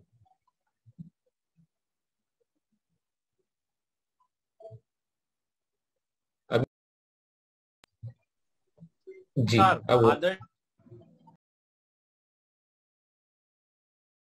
गोविंद नाम जी ने इतनी बहुत गंभीर इशारे थे उनके, लेकिन गोविंद जी हैं, राजीव वर्मा जी हैं, हम लोग महानगरों में रहते हैं, महानगरों की बहुत बड़ी समस्या है, और मुझे सबसे ज्यादा अट्रैक्ट किया है इस कार्यक्रम में बुजुर्गों के, कि बुजुर्ग अकेले रह जाते हैं, चाहे पैसे कमाने वाले हों, नहीं कमाने वाले हों, गरीबों के यहाँ हो, बुजुर्गों की दुर्दशा वाकई ही एक समस्या है। और इसमें जो कनेक्टिविटी का, कि हम कुछ नहीं दे सकते तो कम से कम समय दे सकते हैं, उनसे बातचीत कर सकते हैं, इसका यकीनन लाभ होगा सबको। और हम महानगरों में रहकर बहुत सारे काम करते हैं, जैसे सर ने बताया था कि एक लाश डेथ हुई और लाश सड़ गई, बहुत सारे सेलिब्रिटीज के साथ भी ऐसा होता। परवीन बॉबी भी अकेले थी 3 दिन तक, कि जब अखबार वाला अखबार नहीं जा रहा, अंदर दूध नहीं लिया जा रहा है, तो उन्होंने कंप्लेंट की कि यहाँ से बदबू भी आ रही है। ललिता पवार जी का ही ऐसा हुआ अकेले रहने पर। खैर ये इनकी समस्या ये है कि ये बहुत बड़े स्टार होने के बाद समाज से कट भी जाते हैं। आज गोविंद नामदेव जी हमारे बीच आए, वर्मा जी बीच आए, बहुत अच्छा लगा। और चूंकि ये कला मंच से जुड़े हुए लोग हैं, नाटक किए हैं, हाँ, बहुत सारे साहित्य संस्थाओं के साथ जुड़े हुए हैं, तो इनका समाज से लगाव। लेकिन मैं अक्सर यहाँ रहता हूँ तो ये किसी को नजर ही नहीं आते, किसी से मिलना ही नहीं चाहते, इतने प्रोफेशनल हो जाते हैं कि अगर इनसे एक बाइट चाहिए या फोटो चाहिए तो भी पैसा दे दो, तो ये समस्या इनके साथ आती। लेकिन हम आम आदमी की बात करें, जिस समाज में हम रहते हैं, उनके बीच में रह के सेवाएं की जा सकती है। गोविंद जी, मैंने स्ट्रगलर्स पे बहुत काम किया इन 10 सालों में, स्ट्रगलर्स जो है गांव गांव से आ गए सपने लेकर, अब मैं कुछ बन के जाऊंगा, कसम खा गए कि लौटूंगा नहीं जब तक बनूंगा नहीं। उधर बाप इंतजार करते करते माता पिता मरते हैं, इधर ये भूखा मरता है। ऐसा क्यों भाई? बोले नहीं जाते हम, क्योंकि गांव में जाओ भीड़ लगा लेते हैं, अरे तेरी अगली फिल्म कौन सी आ रही, कहाँ आ रही है, कहाँ देखेंगे तुझे, तो शर्म आती है। यहाँ काम मिलता नहीं है तो क्या बताऊं, झूठ बोलना पड़ता है। हम कैमरे के पीछे काम कर रहे हैं, अब डायरेक्टर हो गए हैं। अभी शाहरुख की फिल्म आई, वो सब मैं ही तो था, असिस्टेंट कैमरामैन, असिस्टेंट डायरेक्टर, ऐसा झूठ बोलना पड़ता है। तो मैंने फिर शपथ लिया कि मैं बहुत से बच्चों को वापस भेजूंगा, और उनको वापस भेजने के लिए भूमिका बनाई। समय नहीं है, वरना ये अनुभव मैं आपको बताता कि पहले उनको बहुत अच्छे से सुनता हूं और फिर उनकी समस्याओं का समाधान उन्हीं के स्तर से बताता हूँ। मैंने कहा तुम्हारे पिताजी का फोन आया था, वो लकवे के पेशेंट है, तुम्हारी वजह से उन्होंने 2 एकड़ जमीन बेच दी, अब उनके पास खाने को नहीं रहा, तुम तो कुछ बेचते नहीं, माँ बाप की सेवा भी नहीं कर सकते, क्या गांव मिलकर उनको खाना खिलाने आ रहा है, उनकी दवाई दे रहा है? बोले नहीं। जब मैंने कहा उन लोग अपने तुम्हारे माता पिता का ध्यान नहीं रख सकते तो तुम उनका ध्यान क्यों कर? उनको बोलो ये मैं एक बिजनेस करने गया था, नहीं जमा। तुम भी किराना दुकान खोलते हो, नहीं चलता है, तुम रेडीमेड डाल देते हो, रेडीमेड अगर नहीं चला तो 1 साल तक के घाटा उठाते हो, फिर मोबाइल सेंटर डाल देते हो। तो आप चेंज कर सकते हो, हम क्यों नहीं चेंज कर सकते? और फिर तो मुंबई जैसी नगरी है, यहाँ 90 साल और 100 साल के आर्टिस्ट भी काम करते हैं। एक के हंगल साहब जब तक बिस्तर में नहीं गिर गए काम मिलता रहा, प्राण साहब को देखा हमने। तो यहाँ काम के लिए कमी नहीं है, तुम जाओ वापस, माँ बाप की सेवा करो, साल में 1 राउंड लगा लिया करो, 1 महीने सबसे पूछ लिए कोई काम है क्या, नहीं है तो फिर वापस जाओ। तो ऐसा हमने बहुत सारा काम किया, तजुर्बा है। और जब हम आई टिम्बा से जुड़ेंगे तो ये काम बहुत अच्छे से कर सकते हैं गांव गांव के स्तर पर। बुजुर्गों के लिए तो बहुत दया आती है। हम लोग अक्सर राजीव वर्मा जी शो करने जापान जा रहे हैं, अमेरिका जा रहे हैं, लोग इंजीनियर्स मिलते हैं पत्नी के साथ, अरे आपकी मम्मी कहाँ है? वो बोले बेंगलोर में। क्यों नहीं लाए? बोले चल नहीं सकती, घुटने में दर्द है। तो मैंने कहा एक जमाना ये था कि तुम भी नहीं चलते थे, तो माँ गोद में लेके चलती थी तुमको, तो आज तुम अपनी माँ को अपनी गोद में ले आते, व्हील चेयर में ले आते, तो एयरपोर्ट ताली बजाता, ये होता है माँ का सम्मान। तो शर्मिंदा भी होते हैं, यार आप कह रहे सही है। मैं अक्सर 4 लाइन कहा करता हूँ कि वो नालायक बेटों के लिए जो माँ बाप को अकेला छोड़ के जाते हैं, बुजुर्ग माँ को, उसकी दुआ कभी खाली नहीं जाती, बद्दुआ उसकी कभी टाली नहीं जाती, उसकी दुआ कभी खाली नहीं जाती, बद्दुआ उसकी टाली नहीं जाती। एक माँ 4 बच्चों को पाल लेती है, 4 बच्चों से एक माँ पाली नहीं जाती। भंडारी साहब आपको बहुत बहुत बधाई, आपकी एक लाइन बहुत पसंद आई, अर्थ के बगैर सब व्यर्थ है। यकीनन मेरे दिमाग में भी यही चल रहा था, मनोहर सर से भी मैंने पहले भी कहा कि हम आर्थिक साधन कहाँ से जोड़ा, क्या शासन की कुछ योजनाएं हैं? आप कलेक्टर भी रहे, आप बड़े पदों पे रहे, तो आपको सारी जानकारी होगी कि हम सरकारी बजट से कैसा पैसे लेके इसको शुरुआत करें। काम ईमानदारी से करेंगे, नेक लोग जुड़ते जाएंगे। भंडारी साहब ने आशीर्वाद दिया है, इतनी संस्थाओं को सहयोग करते, हमको भी करेंगे, तो काम तो शुरू करें, नियत अच्छी होगी तो बरकत होगी। बहुत ज्यादा समय नहीं लेता हूँ क्योंकि टाइम बहुत हो गया है। तो आप सब सुन रहे हैं कि नहीं सर? मेरी बात पहुंची आप तक? आप तक पहुंची भंडारी साहब? बहुत अच्छा लगा भंडारी जी आपसे मिलके, और बहुत गंभीर गंभीर समस्या और गंभीर वातावरण बन गया है। तो मैं 4 लाइन आपके चेहरों पे मुस्कान लाने के लिए बोलता हूं सर। कोरोना वायरस मस्ती में झूम रहा है, कोरोना वायरस मस्ती में झूम रहा है, बिना पासपोर्ट पूरी दुनिया घूम रहा है, कोरोना वायरस मस्ती में झूम रहा है, बिना पासपोर्ट पूरी दुनिया घूम रहा है। अब देश मिलकर वैक्सीन का सम्मान करेगा और देखना चाइना का वायरस हिंदुस्तान में ही मरेगा। तो फिलहाल वैक्सीन से जुड़े और कोरोना से विजय पाएं ताकि फिर हम आगे आए। और बहुत अच्छा लग रहा है आपके चेहरों पे मुस्कान देखकर सर। मैं तो क्या बताऊं, 2 लाइन और अपने स्टाइल में बोल दे। मेरे ये अंदाज ही से लोग मुझे पहचानते हैं, स्टेज शो में करता हूं तो मेरी बस 2 लाइन सुन के लोग जुड़ जाते हैं। आज मैंने सुबह ऑल इंडिया रेडियो पर एक इंटरव्यू किया तो लोग चलते चलते रुक गए। उन्होंने बताया जो कार में चल रहा है, एहसान की आवाज आई, रुक जाओ। तो मैं अपनी स्टाइल में 2 लाइन बोल दे रहा हूँ सर, और आप हंसते रहें, मुस्कुराते रहें, काम ईमानदारी से करें, जो सेवा हो सकेगी हम बिल्कुल करेंगे। और मौके पर हम बहुत सारी बातचीत करेंगे और बड़े बड़े जगह जब हम लाइव मिलेंगे तब हम बहुत सारी चर्चाएं कर सकते हैं।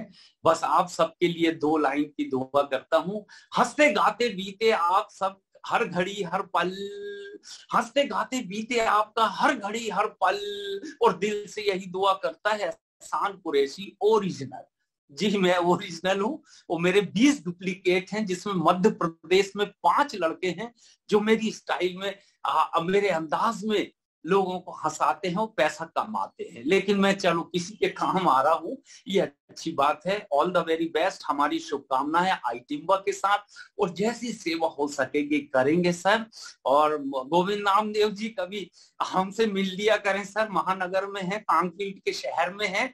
मैं मनोहर जी से आपका नंबर लूंगा, चाय पीना ड्यू है, कई अवार्ड फंक्शन में आपसे मुलाकात हुई है, लेकिन अब हम रूबरू मिलेंगे। राजीव वर्मा जी, आपके दर्शन तो बस स्क्रीन पे होते हैं, और आज भी स्क्रीन पे हुए। एक बार लाइव हमने भोपाल में देखा था आपको, आकाशवाणी केंद्र पे, वहां इंटरव्यू था आपका। तो चलिए, बहुत अच्छा काम किए, इतनी बड़ी हस्तियां इससे जुड़ी है तो यकीनन हमारे साथ बहुत सारे लोग जुड़ेंगे। भंडारी साहब आपका शुक्रिया, और जितने लोग जुड़े हैं, दिल से जुड़े हैं, उन सबको मैं प्रणाम करता हूं, और सबके लिए मैं दुआ करता हूं कि हमारा ये नेक मकसद का काम है, ये आगे बढ़ता रहे। Anand ji, thank you very much, आपका चश्मा बहुत अच्छा लग रहा है, और आप भी बहुत अच्छे लग रहे हैं। थोड़ा हंस दिया करें सर, हंसते हुए आप माशाल्लाह बहुत अच्छे लग रहे हैं। कहीं कहीं आपका माइक इको हो जाता था, आपकी आवाजें डबल आती थी, तो मैं सोचा कहीं आप मिमिक्री आर्टिस्ट तो नहीं है, क्योंकि आपकी वॉइस ऐसी आ रही थी। कभी कभी अमिताभ बच्चन जी जैसे लग रही थी, तो कभी कभी अमरीश पुरी जैसी लगती है आपके। बहुत अच्छा संचालन किए हैं आपने, आपको बधाई, और आगे भी आप संचालन करते रहें और लोगों को जोड़ते रहें। सबके लिए मैं शुभकामनाएं देता हूँ। Thank you very much. बहुत बहुत धन्यवाद एहसान कुरैशी जी, बड़े मोहक और दिलकश, बेलोस और बेबाक अंदाज में उन्होंने अपनी बात रखी है, और निश्चित ही आप लोगों के जो सहयोग है, आप लोग का जो साथ है, उसका आईटिम्बा में बहुत हम लोग उपयोग करेंगे। ये जो इको और बाकी प्रॉब्लम है, ये सब उन वजहों से है जो कि हमारी तकनीकी अज्ञानता का कुछ है। मेरा ख्याल है एक आध फोन के साथ ये और कुछ जुड़ा हुआ है, उस वजह से ये होता है। बहरहाल मैं अब आदरणीय अच्छा भंडारी साहब कुछ कहना चाह रहे हैं। भंडारी जी, कहना चाह रहा हूँ कि अभी CSR से हम काफी बड़ा फंड ले सकते हैं। मध्य प्रदेश में कम से कम हजारों करोड़ रुपए CSR का आता है। तो जो कॉर्पोरेट सोशल रिस्पॉन्सिबिलिटी है, उसके नियम बदल गए हैं। अभी जून में सबकी मीटिंग्स होनी है, बोर्ड मीटिंग। अभी नया नियम आ गया कि वो को जून में ही साल भर के खर्चे प्लान करना पड़ते हैं। तो हम कुछ बड़ी कंपनियों से CSR में भी इसमें काफी बड़ा अमाउंट ले सकते हैं। धन्यवाद। धन्यवाद डॉक्टर भंडारी साहब। अभी राकेश श्रीवास्तव साहब भी हैं, तो हम लोग जब इंदौर में बैठेंगे तो आपसे इस संबंध में पूरा जो है नॉलेज भी ले लेंगे। मैं अब आदरणीय हमारे जो अध्यक्ष महोदय हैं, सम्मानीय श्री राजीव टंडन साहब से अनुरोध करूंगा कि अपना अध्यक्षीय उद्बोधन दें।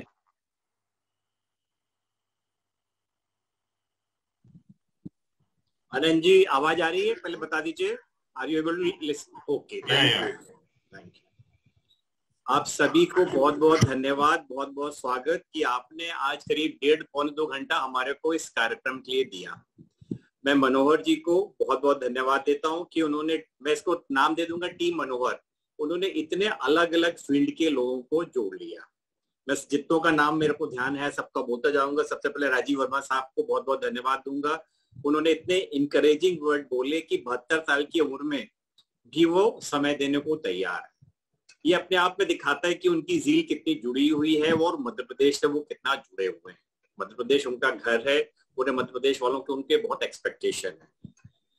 गोविंद नामदेव जी ने केरला का, गुजरात का, सागर का एक्सपीरियंस शेयर किया।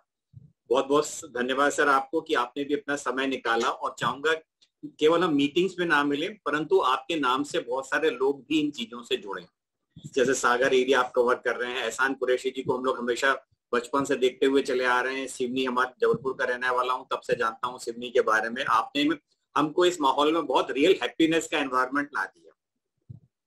मनोहर जी ने आई टिम्बा का उद्देश्य बताया था, आई टिम्बा के बारे में प्रेजेंटेशन दिया था, बहुत अच्छी चीज है। इसी तरह से प्रोफेसर जैन ने अपना जो IOIC का बारे में, जो समाज के दर्पण के बारे में हमारे को बता दिया है कि किस तरीके से बढ़ रही है, डिवीजन हो रही है सोसाइटी, क्या क्या लोनलीनेस के प्रॉब्लम्स हो रही है, क्या कॉम्पिटिटिवनेस आ रही है। परंतु इसके बावजूद भी एक बहुत बड़ी होप है। कोविड के पिछले 1.5 साल से हमने एक्सपीरियंस किया कि इस सारी क्राइसिस के बावजूद भी, चाहे ऑक्सीजन बैंक बनाना पड़ा हो प्राइवेट सेक्टर से या प्राइवेट में कोविड सेंटर्स खोलना हो, लोगों ने एक दूसरे की मदद करी। We need to find out volunteers from this. इस समय रियल लोगों ने सोसाइटी में मदद करी, चाहे खाना पहुंचाने का काम किया हो, चाहे बहुत सारी चीजें की। टेली कॉन्फ्रेंसिंग में न केवल देश में लोगों ने, विदेशों से लोगों ने हिंदुस्तान में हेल्प करी है। तो मैं चाहूंगा this is the right time कि हम उन लोगों को आइडेंटिफाई करें, वॉलंटियर्स को। वॉलंटियर्स के साथ साथ मैं सिर्फ अपने सारी टीम से यही रिक्वेस्ट करना चाहूंगा, हम कम बने पर क्वालिटी बनाए।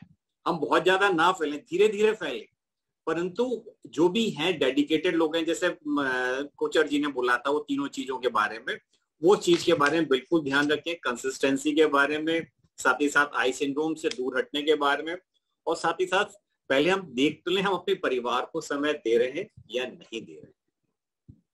इट्स अ वेरी लग रहा है यहाँ पे बैठ के करना, पर फील्ड में करने में रियल दिक्कत जाएगी।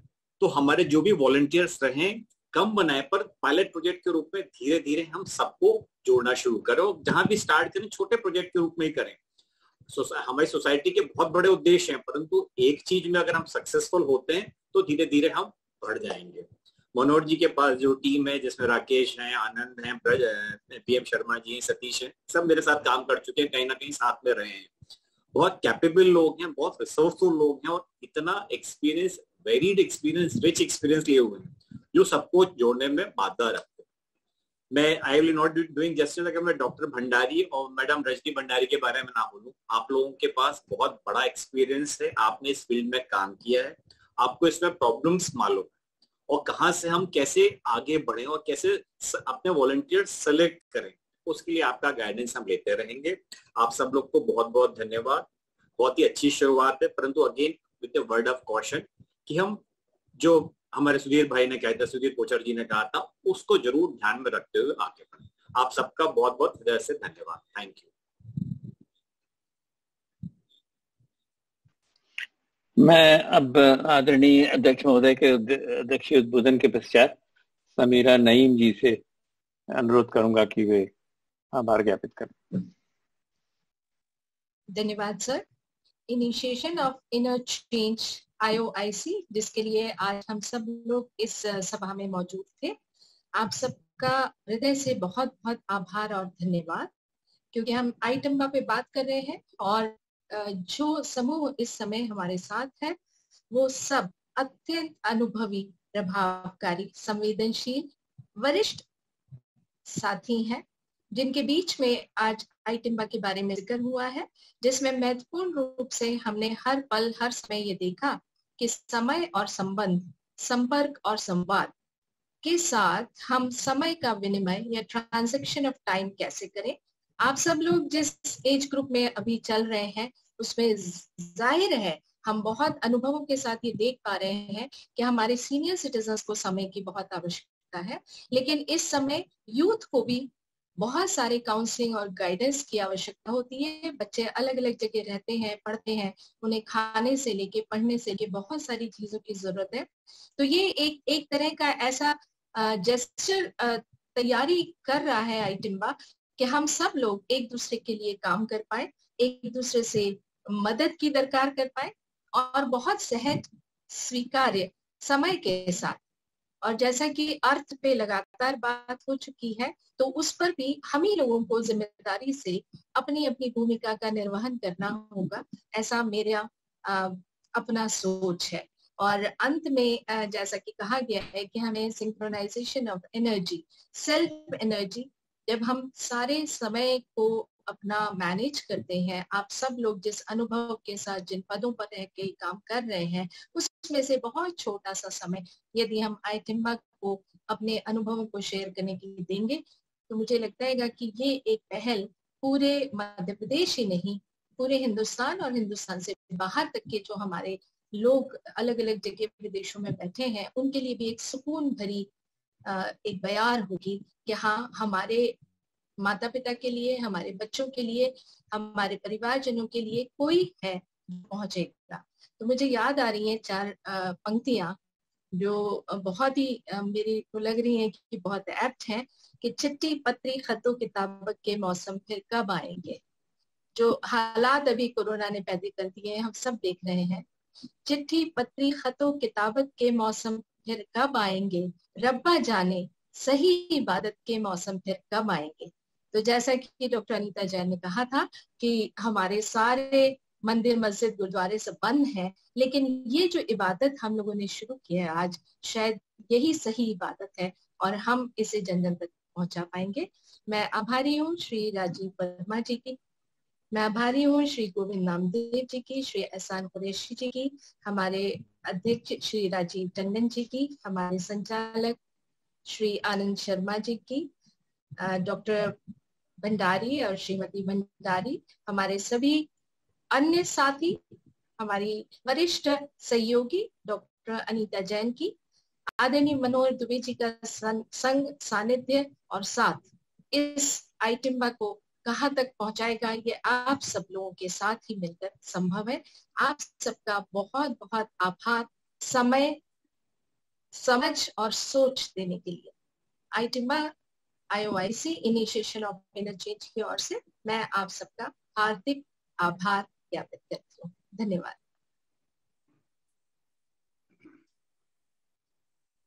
सभी को नमस्कार और इसी के साथ इस सत्र को हम समाप्त करते हैं और उम्मीद है अगले सत्र में हम पुनः आपके साथ जुड़ेंगे, आपके अनुभवों को और साझा करेंगे जिससे कि इसको हम और मैच्योर कर पाए। आदरणीय दुबे सर, आप कुछ कहना चाह रहे हैं? जी, मैं बस एक छोटी सी बात कहना चाहता था। अभी हमने आप लोगों को सुना, इस बार हमारी इनिशिएटिव मीटिंग थी और हम अगले माह या उसके थोड़े दिन बाद एक पूरा व्यापक प्रस्ताव के साथ आप सबसे मिलेंगे। आप सबको मेरी ओर से भी बहुत बहुत धन्यवाद, नमस्कार। धन्यवाद, सबको नमस्कार, आभार।